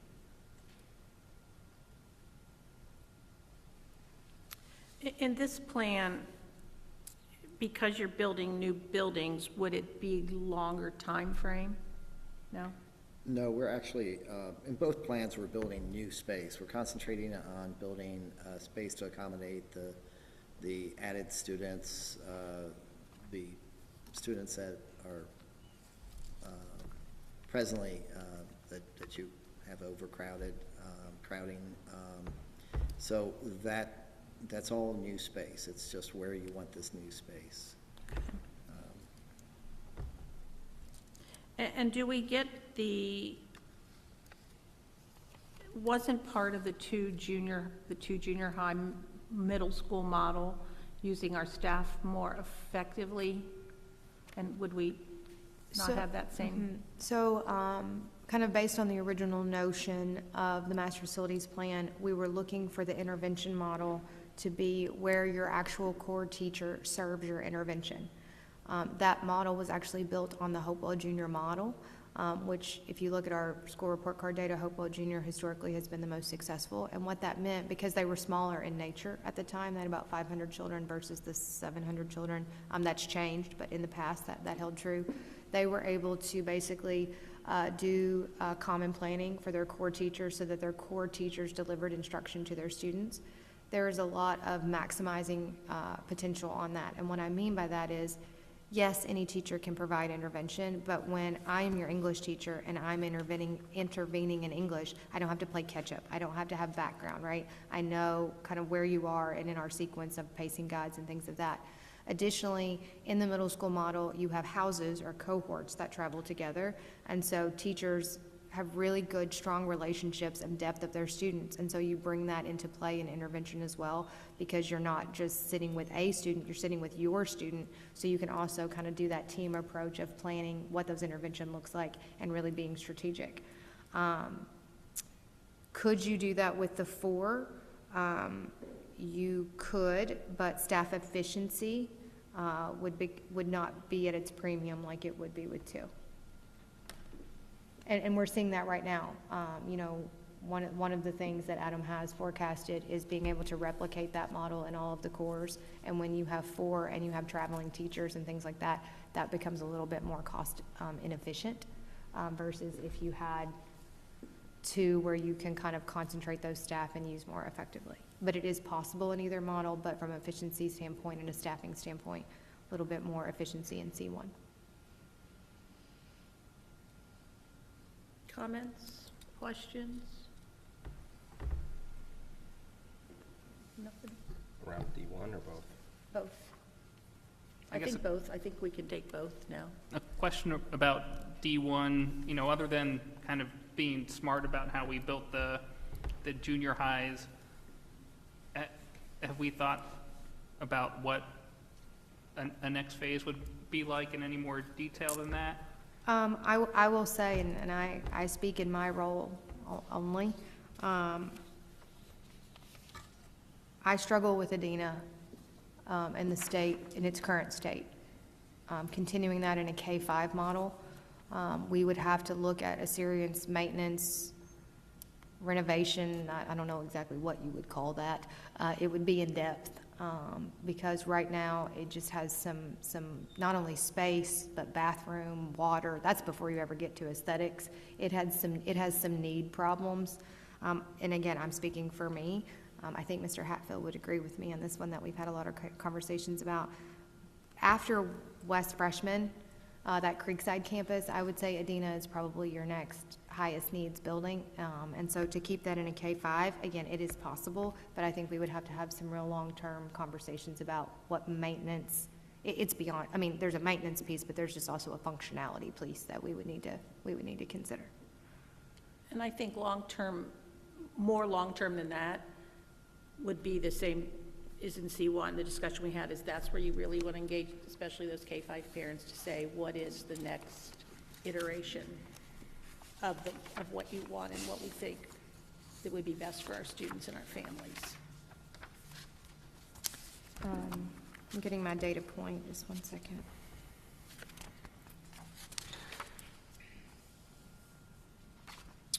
In the question 4 on the thought exchange, just of note, the question is, how important is it that future middle schools grades 6 through 8 are located in both Liberty and Westchester townships? 36% said it was a high priority, 30% said it was a medium priority, 22% said that it was a low priority, and 13% said unsure. I just want to bring that, because we did hear a little bit about that, the equity on both sides of town. I know we heard that from our trustees. I know we heard that from our elected officials, but that is the breakdown. So when you couple the unsure, when you take that out, because I don't really know what to do with that, 36% said it was a high priority, 30% medium, and 22% low. Because that is a difference, I think, between C1 and D1. Does that answer your question, Alex? Yeah, I think so. I guess another question I had between the two, is there a big difference in what the possibilities for transportation would look like between C1 and D1?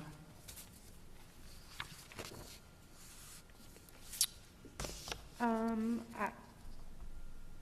want to answer that more definitively in the weeds after we look at routing, some opportunities with the auditor that we've done with routing. But essentially, you still have 4 junior highs that you have to get to.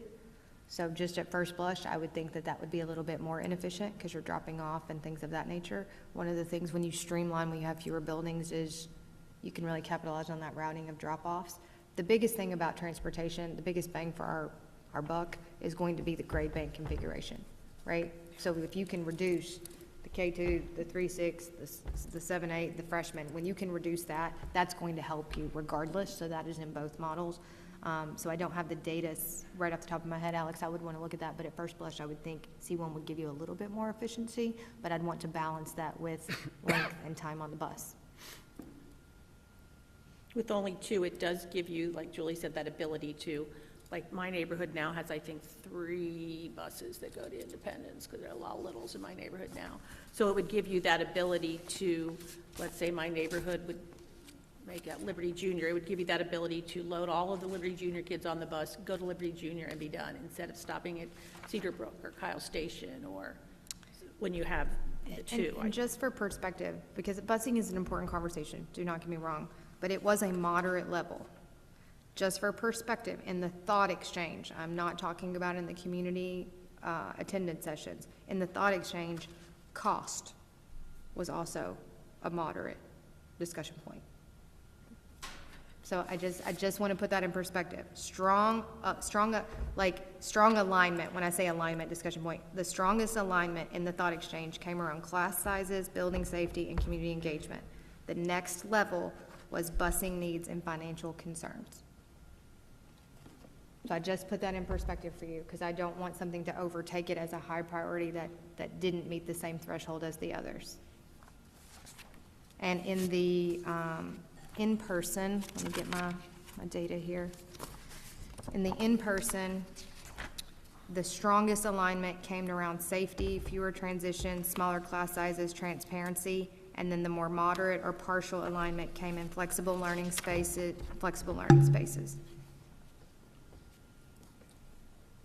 Just some data points, kind of to your point, Julie, when you get into question 2, which was what are the growth opportunities, there is less alignment kind of overall than in the priorities that you see.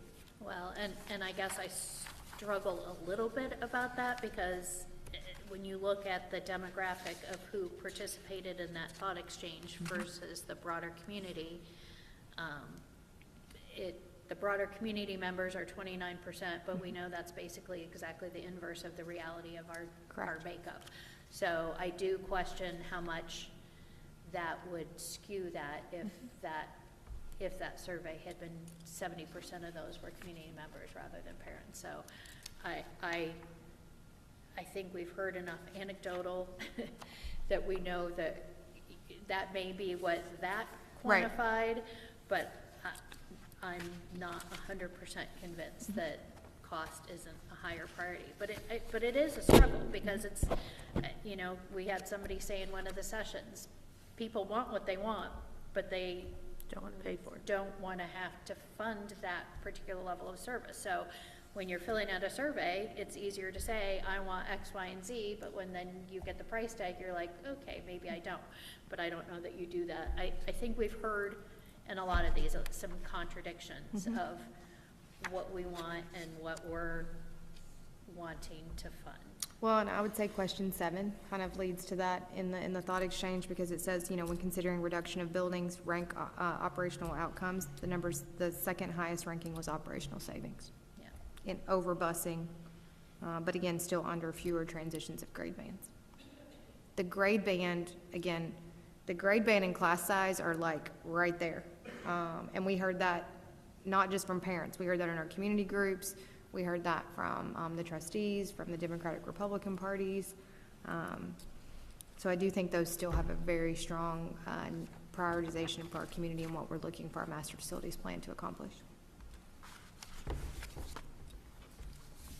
I'll share my perspective, which is I think the complexity of the conversation we've been having tonight reflects the complexity of what we put in front of voters last fall. You're talking about adjustment. What we were talking then was adjustments to 23 buildings. Here, you're talking about adjustments to 23 buildings, whether you invest in there or not. And I think that's what makes this hard. And we are trying to accomplish a lot of goals with one fell swoop.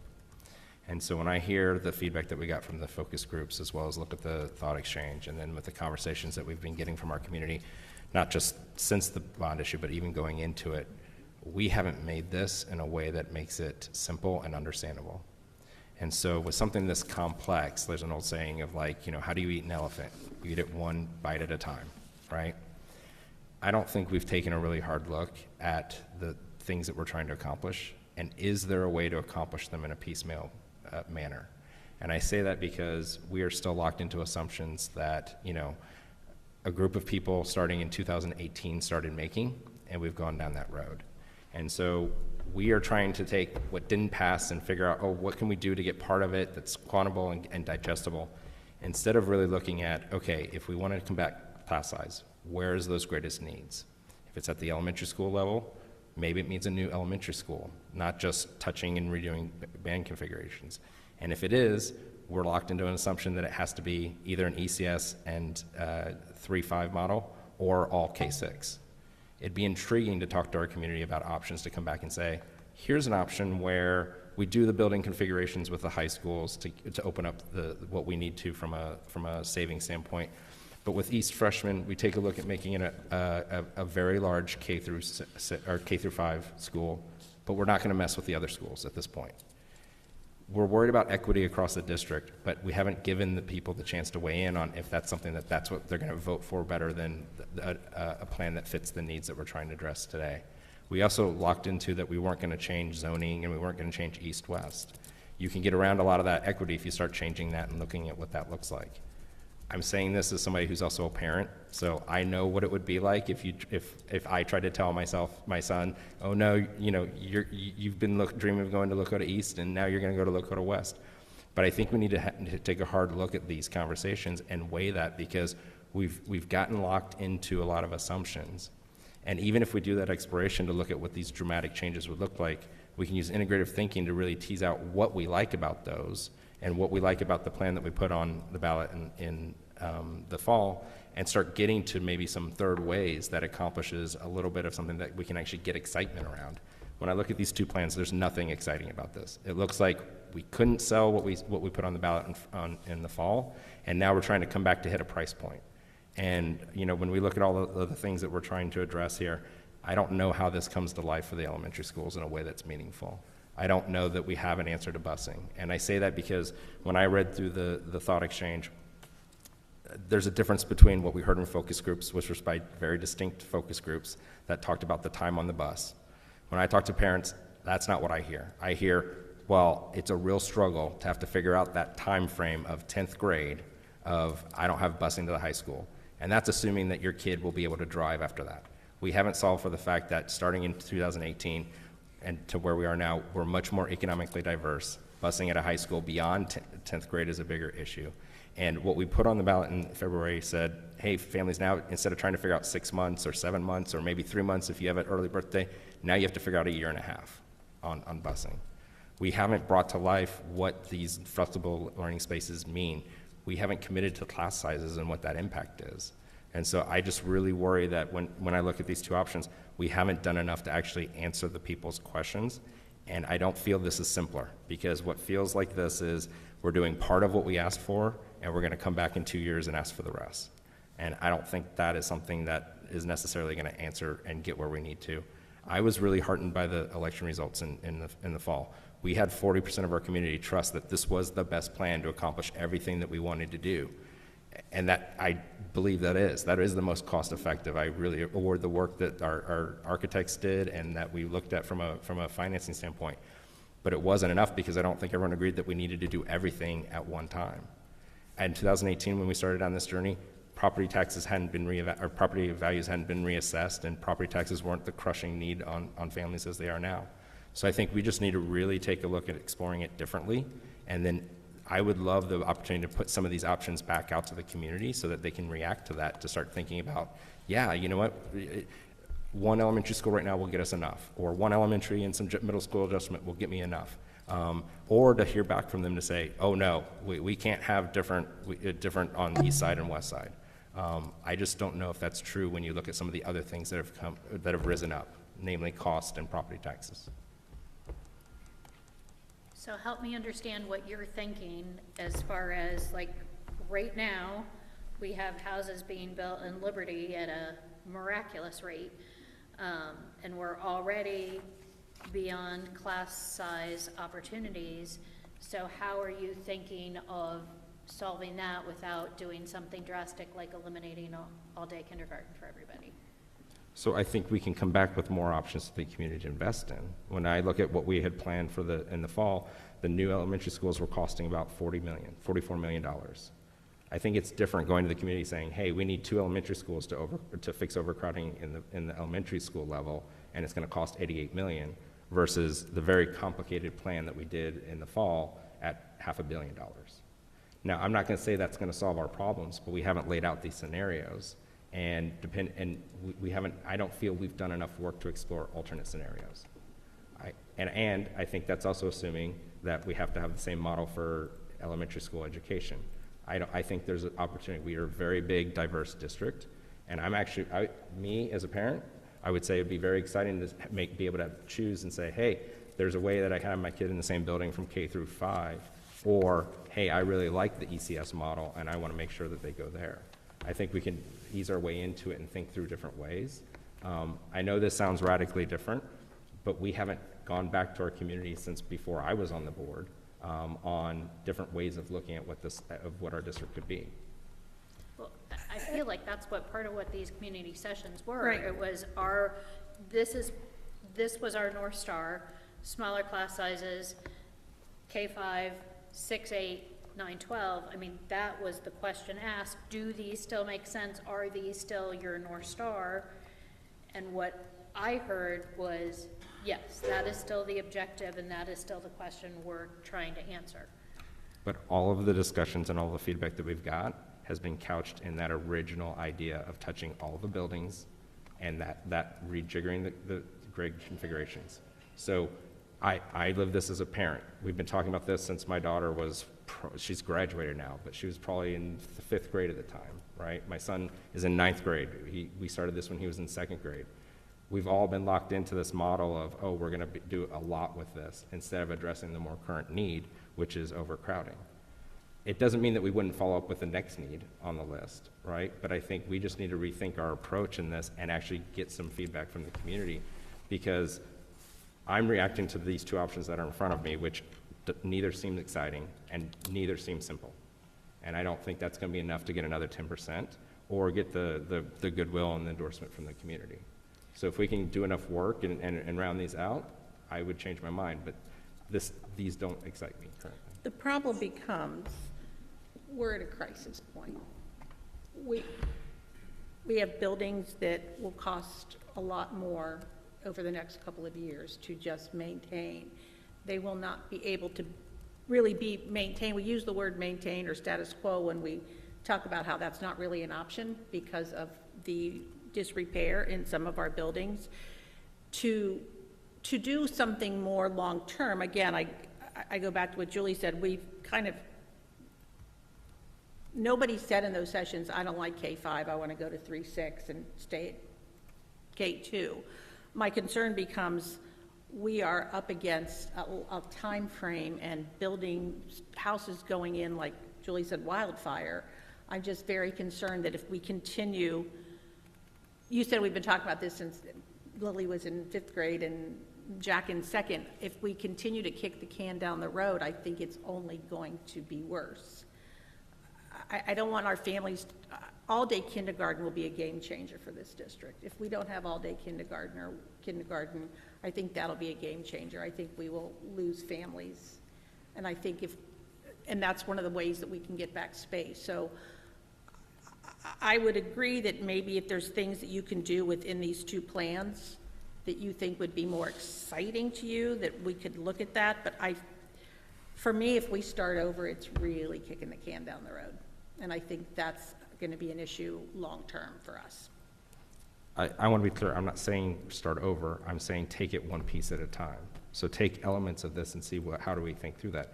If we have a building that's going to be more cost-effective to renovate versus the current operational maintenance, I think that's something we can go to our community with one-off. I think if there is this idea of, hey, we're really overcrowded in Liberty Township, we need more capacity there, this assumes that the way to get that capacity is to do grade band reconfiguration. It could be as simple as building a new elementary school. And I just want to call that out, is that we've been locked into this thinking of how to solve the problem versus really exploring it. It doesn't mean that we wouldn't fast follow with a grade reconfiguration, or that the two of those couldn't go in conjunction. But when I look at some of the cost numbers that we threw around, this assumption is, we could build one, and this is all work to be done, right? But what does building one elementary school and rezoning on who goes east and west and get us that this really complicated plan was trying to get us?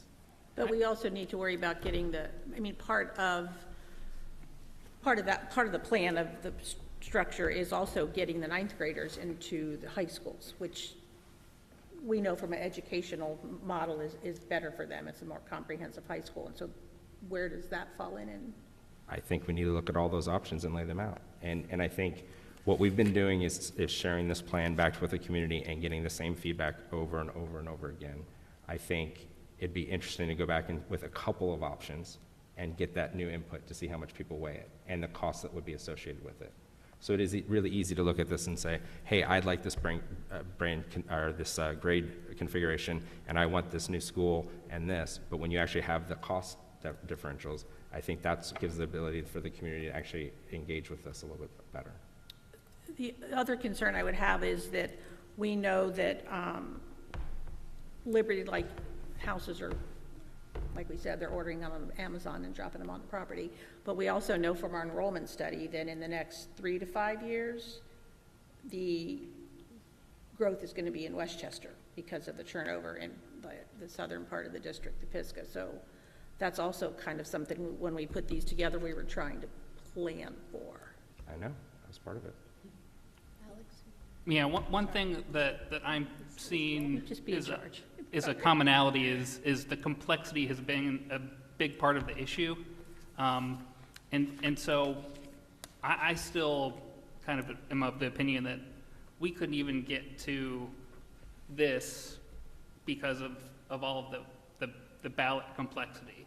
So is there a way that we could remove some of that ballot complexity that would make this more one of these options, or something more easy to digest for our community?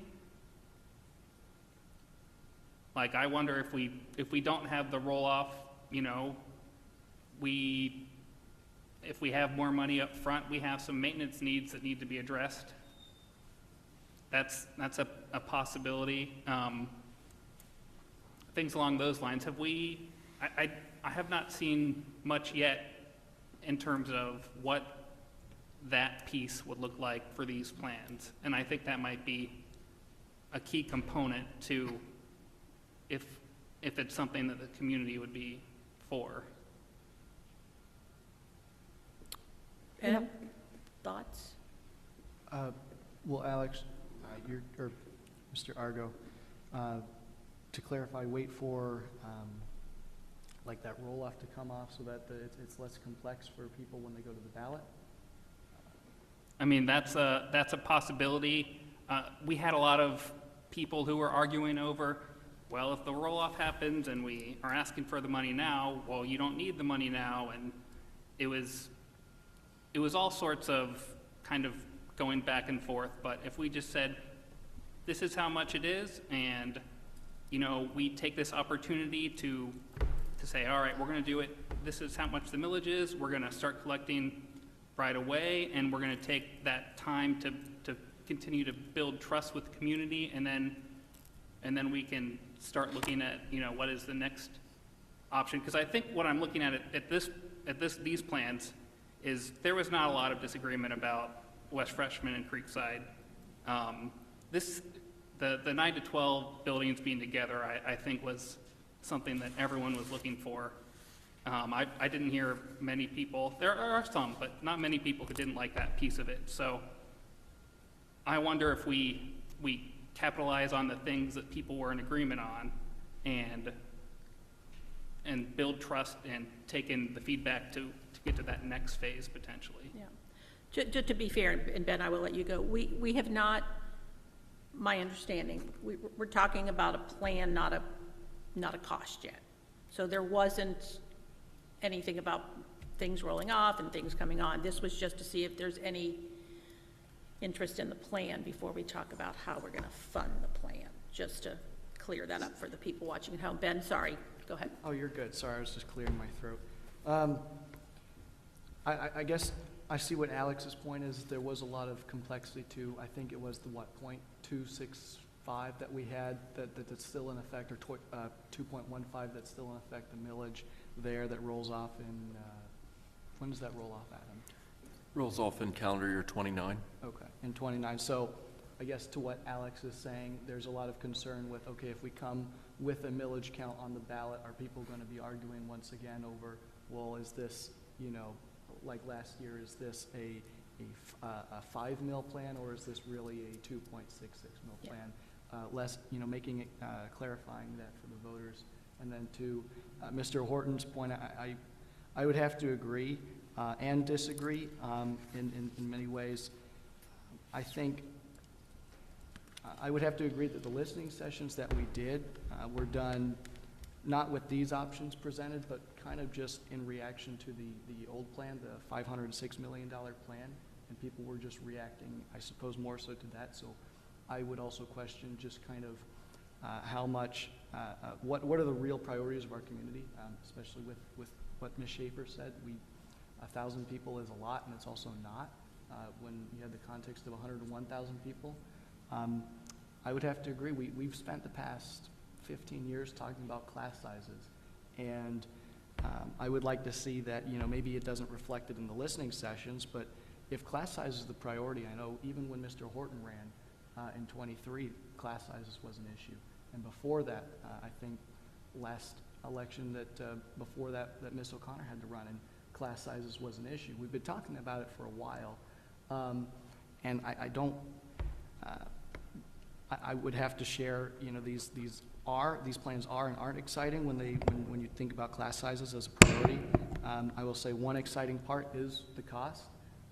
I wouldn't discount that the cost is an exciting thing to the community. 289 is a lot less to ask for than 506 million, but certainly to Mr. Horton's point, I'd like to see a little bit more of the options that we have when we place class sizes as the priority. Go ahead. I just want to make sure I'm taking notes. Are we talking about a master facilities plan that with class sizes the sole priority? Yes. Or kind of our current being with class sizes as the priority? Or both? I would suppose a little bit of both. Okay. But certainly, since we're thinking of the future, a master facilities plan. And the reason I ask that is, you know, to Mr. Horton's point, if you built a new elementary school, yes, that's going to have ramifications on class size, right? But the reason I ask it that way, we can change class size tomorrow. We can. I mean, we can eliminate specials, and we can eliminate all-day kindergarten, and that will help class size.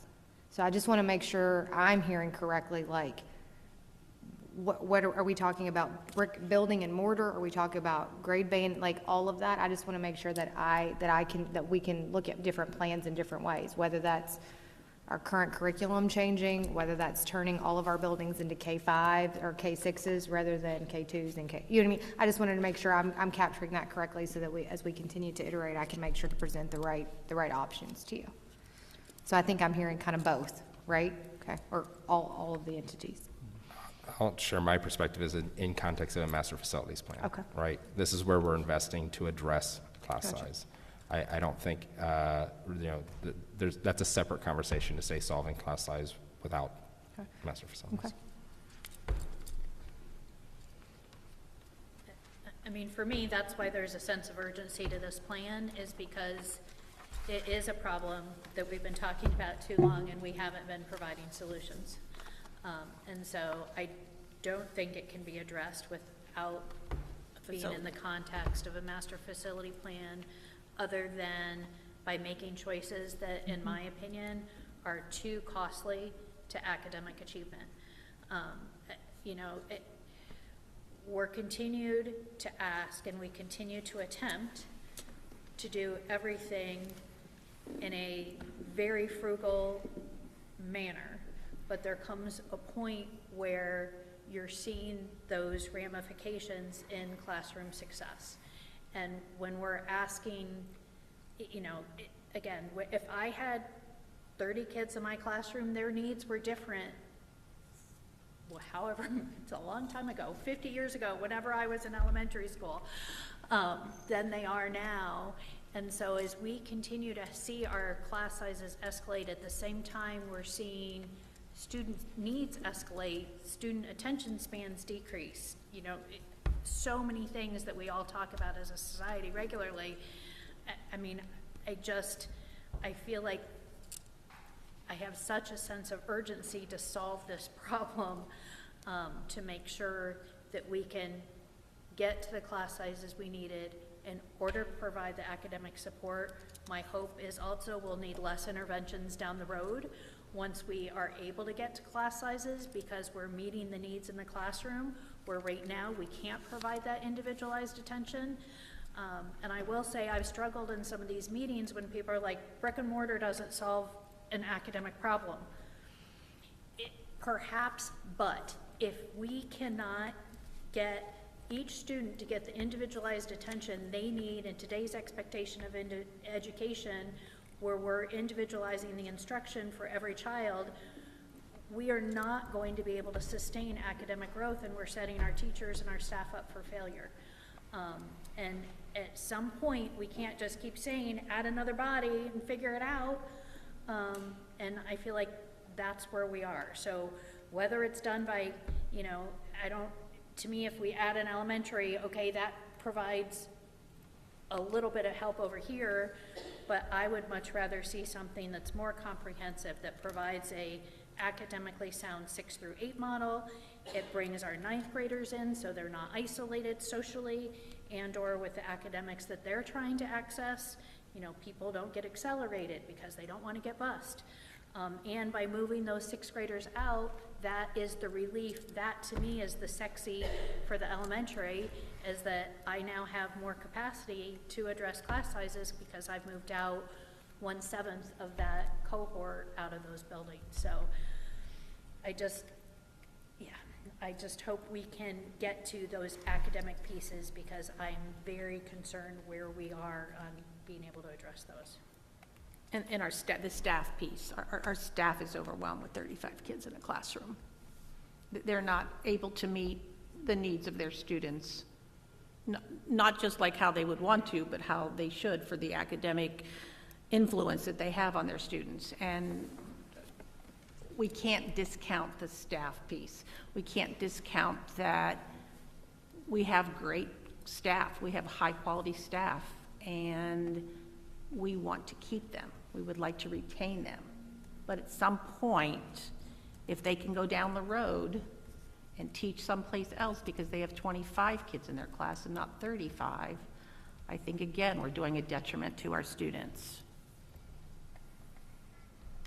So, anybody else have any?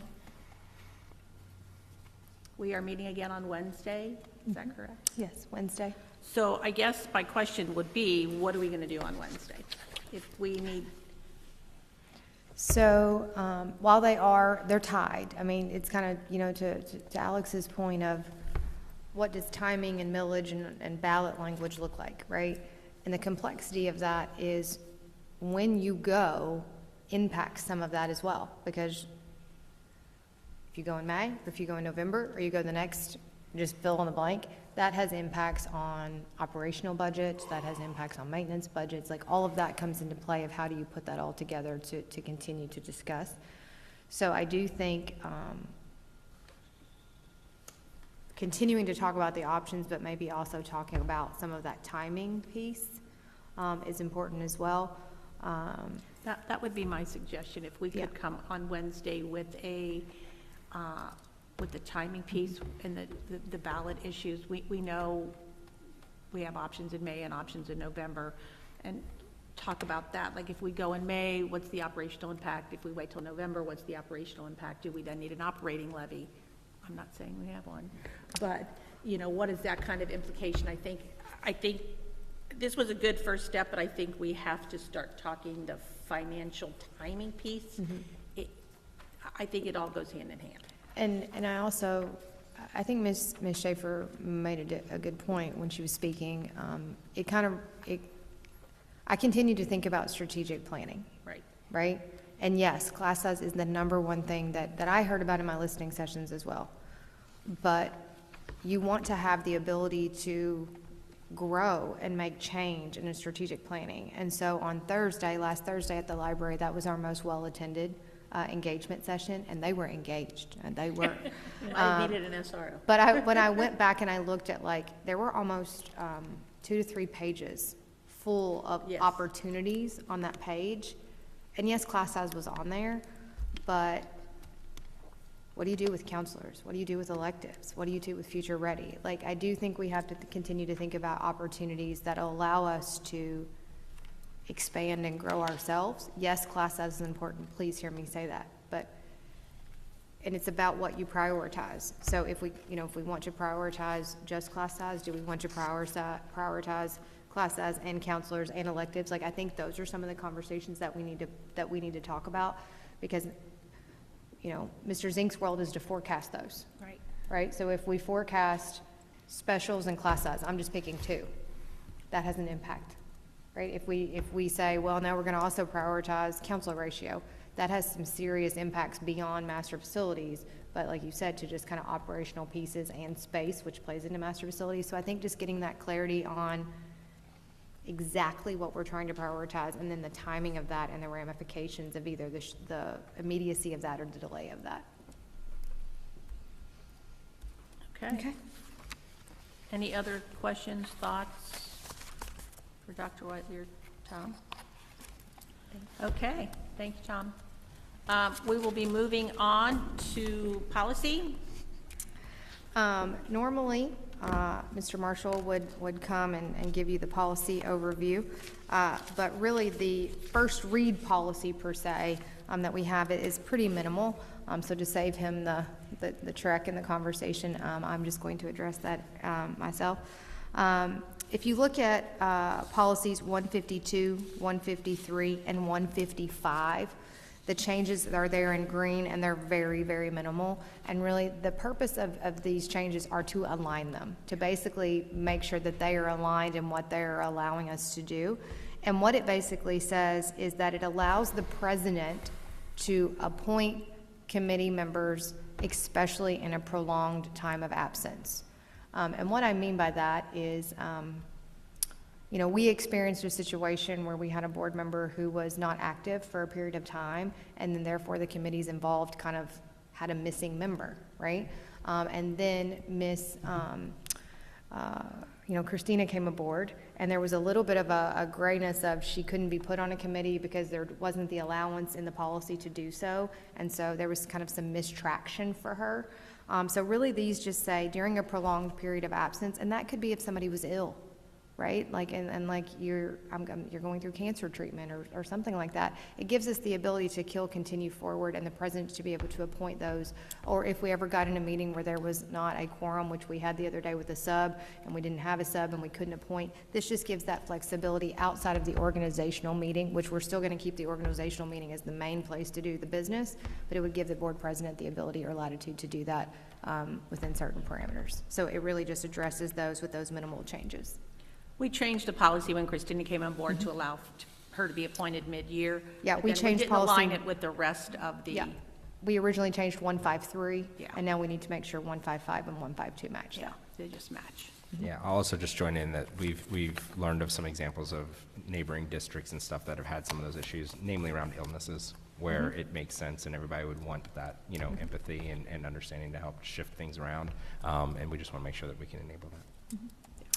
In addition to the policy for first read, I just want to talk about what else was talked about in the committee. So those are the only things for just first read that you have, and we'll bring those back next month for approval. But I do think, just to make sure we're all on the same page with personal communication devices, it's like the ongoing topic. Our policy currently that we actually adopted in August, I think it was like August 4th, right before school started, it is the current legal policy. And what I mean by that is, and there's been a lot of back and forth of discussion at the State House and with Neola and various things, what the governor intended and what the governor wrote, or what the actual law said, were two different things. The governor had intended for it to say, within the school day, there are no cell phones. What was written was during the instructional day, and the state has definitions about how instructional day is defined based on our attendance laws. And so our current cell phone policy, which does not deal with possession, it deals with usage. So we are not saying, does a kid have it on their body? We are saying, are they using it? Our current policy of students not using it during class time, but their cell phone or personal communication device, I should say, because that can extend to a lot of things, being allowed in the cafeteria and the hallways is legally compliant. So I just thought, because there's been some news articles, particularly in Columbus and things, about it being banned throughout the school day. That is the governor's current interpretation, but that is not the bill that was passed and how it was written. So our policy as it stands and that was approved in August is legally binding. We recently reviewed that with our legal team as well to make sure that we were in compliance, and I just wanted you to know we are valid in that, and so there aren't any changes until additional legislation comes out that we would look at. And they're also, just to that end, most teachers are having the kids put them in pockets as they walk in the door. We are not in the business of ripping a cell phone out of someone's hand, so if a child has it on them and it's in their pocket and they're not using it, teachers do not have to, wrestle them to the ground for their cell phone. It's just they cannot use them during class. The other, and I will applaud our students for that. They're being very cooperative in that and very diligent in that, and let's dropping them in, particularly in grades 7 through 12. The other thing that came up during policy committee, if you remember, Mr. Adi at our last December meeting asked that we start the process of considering public comment. And that starts with the policy committee because that's where the policy currently stands. Lots of good conversation around that. I think where there was a couple of conversations in the room of making sure that we kind of go back to not only what we've done, but the original template and what that looked like for Neola. So that was asked to be garnered. But then also there was discussion about bringing it completely back into the meeting. There was also discussion about could we perhaps iterate some, and what I mean by that is maybe get rid of the sign up that people are finding clunky and maybe a little bit problematic to find, and maybe still keep it outside of the meeting. But lots of good discussion. Where we landed in that discussion was that we need more discussion with all of us. So what I mean by that is I would like to propose that we bring this either into our next work session as a board, and or maybe in coupling that with our future retreat that we will have in February, so that we can really have a discussion and look at where we would want to land on those parameters, and then take that back to the policy committee to kind of work through that from a policy and an AG point. We had a really good discussion. I just think that we understand that this is a board piece, and so we want to make sure that all voices were looked into that. And again, going back to the original state of what is the Neola law requirement, and then where do we go from there?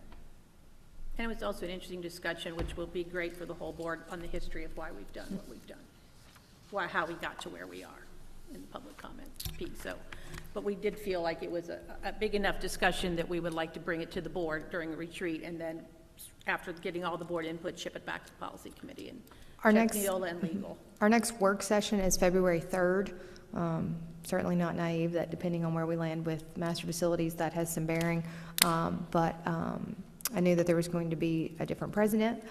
So as soon as this meeting is over tomorrow morning, I will start working on some possible days for a board retreat. That could be January. That might be difficult with travel schedules right now, but definitely in February, so we could have 2 times to talk about that or can further solidify that in the work session and/or the retreat if we did not get that solidified in the work session.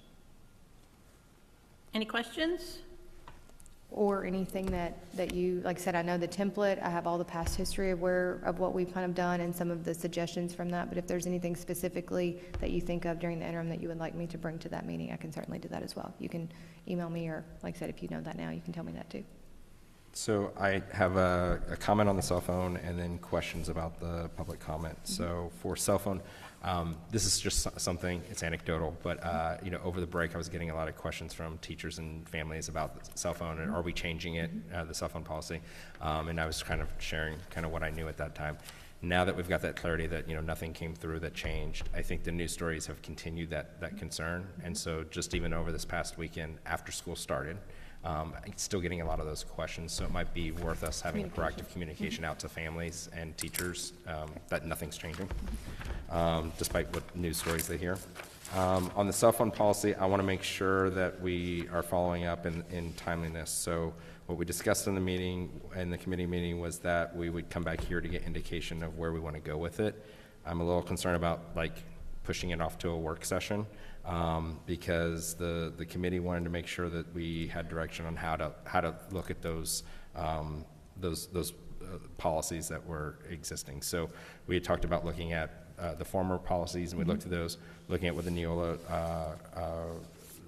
template has, and then basically narrowing it down. And so I would say my preference is that we make sure that we cover this in the next work session, to have that conversation in that direction. So it doesn't get bogged down in the committee. I want to make sure that every time we go back and forth from the committee, we're making progress rather than talking about the same thing. So you're good with the third work session? Discussing it on the Yeah, I think that makes sense. And that was the timeline, really when it goes back to the policy committee, the next time it goes to the policy committee would be to enact the changes Yeah. that we've landed from. Yeah. Anybody else?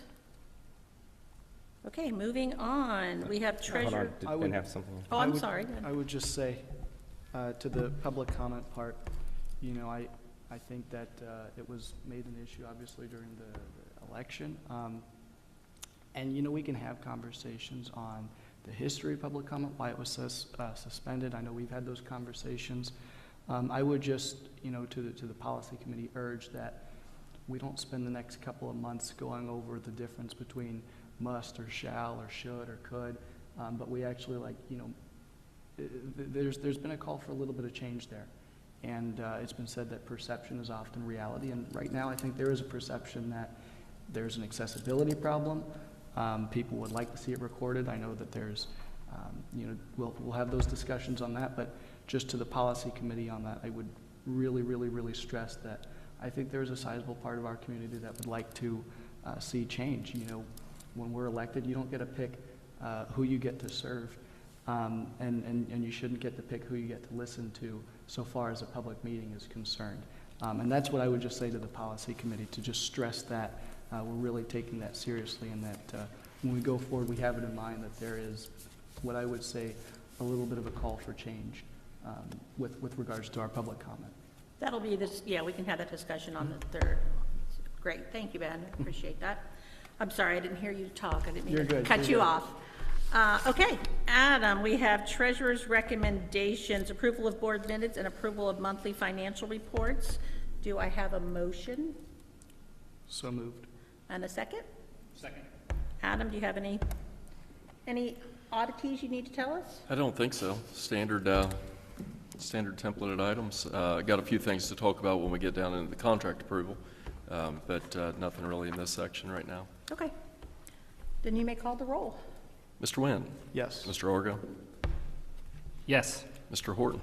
Yes. Ms. Schaefer? Yes. Ms. Casper? Yes. And we have superintendent recommendations, A through D, approval of personnel item, contracts for approval, approved field trips, and approved donations. Do I have a motion? So moved. Second? Second. Adam, do you have some things to share with us? Yeah, we had a late ad, our workers' comp. It's a stop-loss coverage. The policy that we have there, it's something that we have to have in place as a self-insured. We got that in today, so that was a late add into the contract section. Was happy to see that from the time we started doing this, we've worked really hard on maximizing some of our workers' compensation and having some debates about, maybe some of the claims that we've had, more so than we had in the past. This is now a 2-year contract. Before we would do 1 year, so that's why the board's seeing this for an approval. Total save per year from where we were is about $15,000, so that's a $30,000 savings over the 2 years. So very happy about that and the work that the team put into it. Also of note on, sorry, if there's any additional contract questions, but also of note in that section, if you remember in December, we did not get those donations linked. Right. And so we pulled those and brought those back. So that's why you see donations for December 15th and January 12th, because we didn't approve the donations in December. Is there any other questions on any of the superintendent items? I was curious if we could have a little bit of explanation on the contract for capital planning services.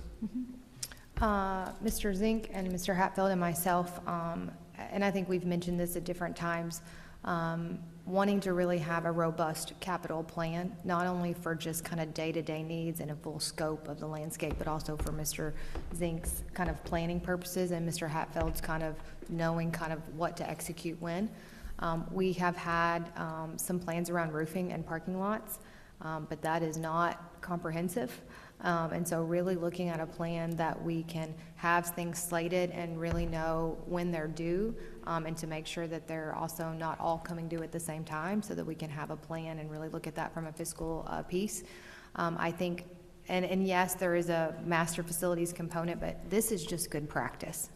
Right? Yes, there is a master facilities and helping and making sure that things are aligned, but good practice says that you should have a plan and it all slated out. And so this would help us do that not only from a logistical but a financial aspect as well. I think I would add to that this is not only a good practice, but this is good practice of once we do get a master facility plan in place and off the ground and going, then this won't be the first time we've seen something like this. The framework will already be in place, and we'll be able to very efficiently plug in the new data with new facilities and have very, very good rotations as we move forward, because that's going to be, depending on the size and scope of the project. I know I'd mentioned it with the initial ask in November that if that was to be successful, then we are going to have to be very, very diligent on making sure that we have proper planning in place, because when one goes down, it will be all within a matter of years. So, we don't really have that building spread that most places normally will have now when, one building goes here or there. So I also think it's good work. I think it's really important. Sometimes when you say, hey, can we delay this for a year? Your gut will go, yeah, we can save that money for a year. If you don't have a master plan and you delay it a year and you don't realize everything that is slated for next year, that can really be a hiccup, right? When you don't know that, I actually had 5 or 6 other things next year that were really big buckets. So sometimes when you think you're saving in the moment, you think you're doing a good thing, but you're not. You're really condensing and putting pressure in some other years. And so I think, again, having that full, 20-year scope of how things really align to really make some smart choices would be super, super helpful for us. And I also think going back to, again, it's not a master facilities decision or interest to do this. It's again, good practice. When you talk about trust for your community, we'll have something that is a plan that everyone can see and look at and talk about what is being done maintenance-wise and fiscally responsibly-wise. I'm excited to see this. I've been asking for this for 2 years now, so I'm really happy that we're making progress in this. I want to be clear, though, because you mentioned 20 years. My understanding is this would help us come up with a 10-year maintenance plan as well as a 10-year capital plan. Mm-hmm. Is that correct? Mm-hmm. Okay. I just want to, before we invest, we want to make sure we're clear on the terms of that. Great. Thank you. Any other questions? Mr. Zink, will you call the roll, please? Mr. Argo? Yes. Mr. Horton? Yes. Mr. Wynn? Yes. Ms. Schaefer? Yes. Ms. Casper? Yes. And we have come to closing comments, and congratulations, Mr. Wynn and Mr. Argo, you've made it through your first board meeting. So, Mr. Wynn, we will start with you on closing comments. All right, thank you. So I just more so wanted to address the community. This is a new board with new faces and new challenges. Every election seems to have the effect of putting everyone on edge and leaving people worried with uncertainty. You have a variety of backgrounds, experiences, and opinions on the board, and with many wondering how these members will interact. And I just want to put some of these concerns to rest. Over the past 9.5 weeks, I have experienced nothing less than the warm welcomes of a greatly professional Lakota Central office and shared many cordial conversations with every member of this board. The onboarding process for school boards is incredibly unique. In almost no other governmental institution is there a potential to share a table with people you ran against. Where others might be wary and on edge, our new board president, Ms. Casper, has been a kind and welcoming presence for me, as I'm sure she has been for Mr. Argo. Additionally, Ms. Schaefer has been very generous with the time that she has given me, answering my questions regarding career tech opportunities for Lakota students, providing me with the wisdom of her experiences as both a Lakota and Butler Tech board member. I especially want to thank Mr. Horton for the conversations we've had, listening to each other's goals for our students and how we can collaborate to deliver much needed results for this community. What I mean to say with all this is that I am extremely hopeful for the next 206 weeks, working alongside members of this board, and I'm looking forward with optimism on the collaborative decisions that this board will make. Decisions ranging from public comment to a responsible master facilities plan our community can get behind, delivering transparency, necessary oversight, responsible decisions for our fixed income residents, ensuring fiscal responsibility for our district, and providing a world-class quality education for every student in Lakota. In short, we are Lakota, we are stronger together, and we are working hard for you. Thank you. Mr. Argo? So one of my first takeaways from the board meeting today was I'm really bummed that I was not able to see Peter Pan while it was at Wyandotte. I know, right? So I'll have to make sure I get their schedule and check out the next play. I guess I'm just kind of grateful that the community has entrusted me to kind of give back to the community that gave me so much. So I'm just looking forward to digging in and learning all that I can about being a board member. And we've got a lot of work to do over the coming weeks and months to figure out what we can do best for our community. And I look forward to working with all of you to see what we can do. I'm glad to have shifted left and look forward to our new leadership and all that we will accomplish as a new board. So I think that will be a great opportunity to bring our community together. I also was kind of laughed this week that both of my children brought up their experience in Lakota West Freshman for different reasons. One was she's joined a dodgeball league. She said when she put down her bag at a gym in Chicago in this dodgeball league, there was a roach, and it harkened her back to her time at West Freshman. Then my son was part of the Great Taylor Flood of 2026, which is one of the Ohio State dorms that has now been closed as of a water main break that broke at 5 a.m. on Saturday morning. And he's like, harkened back to West Freshman and water main breaks. And I thought, again, like, they've now closed this dorm for the year. It brought me back to, oh my goodness, like, how close are we at West Fresh to a point where we'd have to close that building, and these poor administrators who are trying to rehouse 762 kids, what would we do with those 700 students at the freshman building if it was that catastrophic? So it just was kind of funny in my personal parenting this week of, like, West Freshman kept coming up. Also, I should have asked for an amendment to the agenda so I could do my last Butler Tech report before I pass that on. So I realized too late after the agenda had been approved, so I'm using my closing comments to touch on that a bit. The last board meeting, there was a holiday dinner.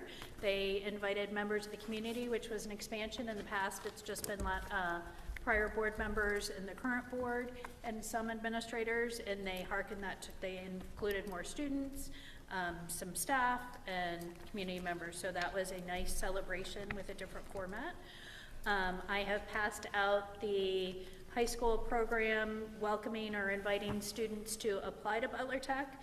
The Butler Tech application deadline is January 31st, so they are in the process of getting students to apply, and I'm sure they will continue to break records.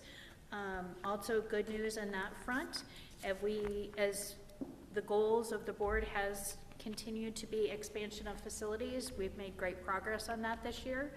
The students have started at the Aviation Center at Butler Tech, and they will have an official ribbon cutting on March 16th that hopefully everyone got invited to at 10 o'clock.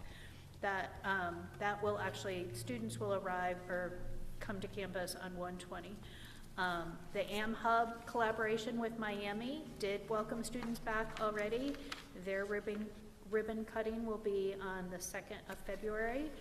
And then the bioscience expansion, that time is to be determined as to when the ribbon cutting is. So they look forward to welcoming students there. And then the superintendent reflected back on some of the highlights of this past year and what they've been able to accomplish. And expansion of facilities has certainly been a tremendous area of success. Continuing to work towards making sure that they're able to meet every student's needs, whether that be in the various district buildings or at their campuses. They've been able to expand the strategic partnership with Miami. We've seen the Teachers Academy come back, so that's been nice to see.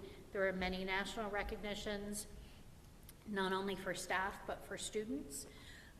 We've made progress in legislative advocacy and getting some laws actually changed at the state and federal level, which has been nice.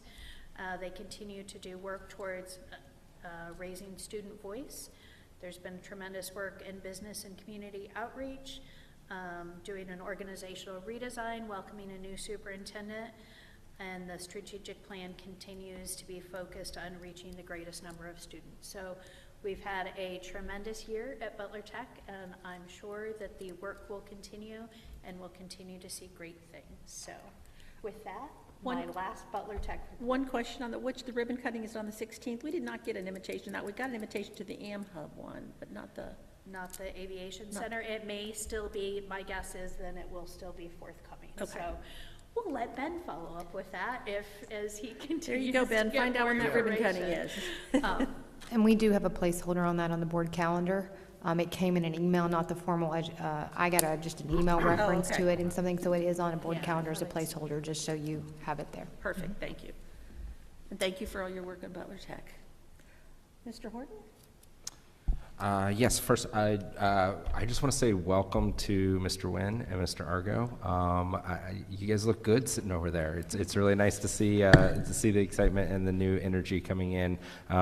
This is the first time I've been through a board transition, so the different makeup is exciting, and I really appreciate your energy and your skill set and what you're going to bring to the board, so really excited about that. I also want to acknowledge and thank everyone for trusting me with the role of Vice President. I'm honored and hope to serve as I'm able to there. I think we talked a lot tonight about a lot of different things, and a lot of it was couched within the Master Facilities Plan. I think what really excites me is all of the other stuff that we were talking that's kind of been embedded in that.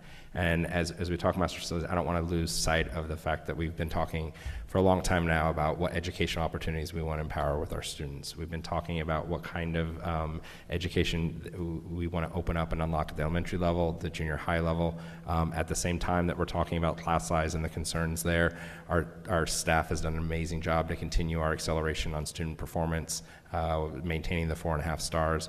So I'm interested and exciting as the board continues to keep focus on all that other work as well. And I'm going to just draw a line under one of the things I'm most excited about tonight was the investment to make sure that we have a 10-year strategic plan, capital plan, as well as maintenance plan that's fully flushed out. As a board member, that will help us better balance the budget and think through long-term planning. So that's really exciting, and with such a minimal investment, it's going to pay off dividends down the line a lot. It is really exciting. We are in our second week of the second semester, and there's so much exciting things going on. So really excited about Lakota West's basketball team and their performance. Really excited about some of the snippets that I'm seeing from the theater groups. And so really excited for a second half of the school year, and excited where this year will go with the board. So thank you. Mr. Zink. I just want to welcome Mr. Wynn, Mr. Argo, Ms. Casper to a new seat, Ms. Schaefer, Mr. Horton to a new seat also. Feel so far away now, Ms. Casper. Everybody's got a new seat. Yeah. Oh, I can touch. Mr. Horton used to be all the way over there. Here he is. But no, I did see on Facebook where the lunches are getting ready to start up at Butler Tech. Anybody gets an opportunity, or if it would be an interest of the entire board that we could all go and eat together, that would be a wonderful thing to do, because it is such a good meal to have there. So other than that, I have a vacation here in a week from Friday, and I'm ready for that. So get a little break. And again, thanks to the people that came to the budget or the tax hearing today. It was very exciting. All excited. Very exciting. I got to talk about that stuff to somebody. So. Dr. Whiteley? As you know, in December, I think it was November, December, we approved the program of studies. And this is the time of year when you start to talk with students about, course optioning and scheduling, which is very exciting. And this weekend, I had my parent hat on, and I was talking to my soon-to-be freshman, which is unbelievable, just about, her path and her choices. And I was amazed at how many opportunities our students really do have. But it was funny because in the middle of the conversation, she was like, "Can you stop being the superintendent and just talk to me like mom?" Because I was very, very excited about not only what we have, but all the what-ifs of what we can't have and how we can continue to expand and grow for our students, for our staff, for our community. And I'm very, very excited to be able to have all of those rich conversations and all of that dialogue with this new governance team. And I think we will continue to calibrate and grow together for the best of our community and the best of our staff and students. So welcome, and I look forward to the next, I think Ben said 206 weeks. I wrote that down. I was like, oh, that sounds like a good number to know. But I think we will do great work together. So. Great. Again, welcome to our two new board members. It's been really nice to onboard you, like Mr. Wynn said, in kind of a slow process in talking to each person. And I think one of the things you said that really hits home is that you're right. Never, in what other situation do you campaign against somebody and then have to sit at the table with them? And I think the most important thing that we can remember is that we were all elected by people, but we serve the whole community. So I love to think that I am just as passionate about the education of a child of a parent who didn't vote for me as I am about someone who did. And I think that's sometimes the hardest thing to remember, is that we now have, 101,000 community members, 17,000 students and parents, and we represent all of them. So there isn't my people and your people, they're all our people. So I'm very excited that we have started off our year, our governance team, with pretty frank conversations and pretty respectful conversations. So I really look forward to working with this team. I think we're going to get a lot done. We have a lot of challenges, and we may not always agree, but I think in the end we all have the best interest of all of our students and staff in our minds. So with that, I will take a motion for adjournment. So moved. Second. Any discussion? Anybody not want to go home? All right, call the roll, Adam. Ms. Schaefer. Yes. Mr. Wynn. Yes. Mr. Argo. Yes. Mr. Horton. Yes. Ms. Casper. Yes, thank you all for joining us.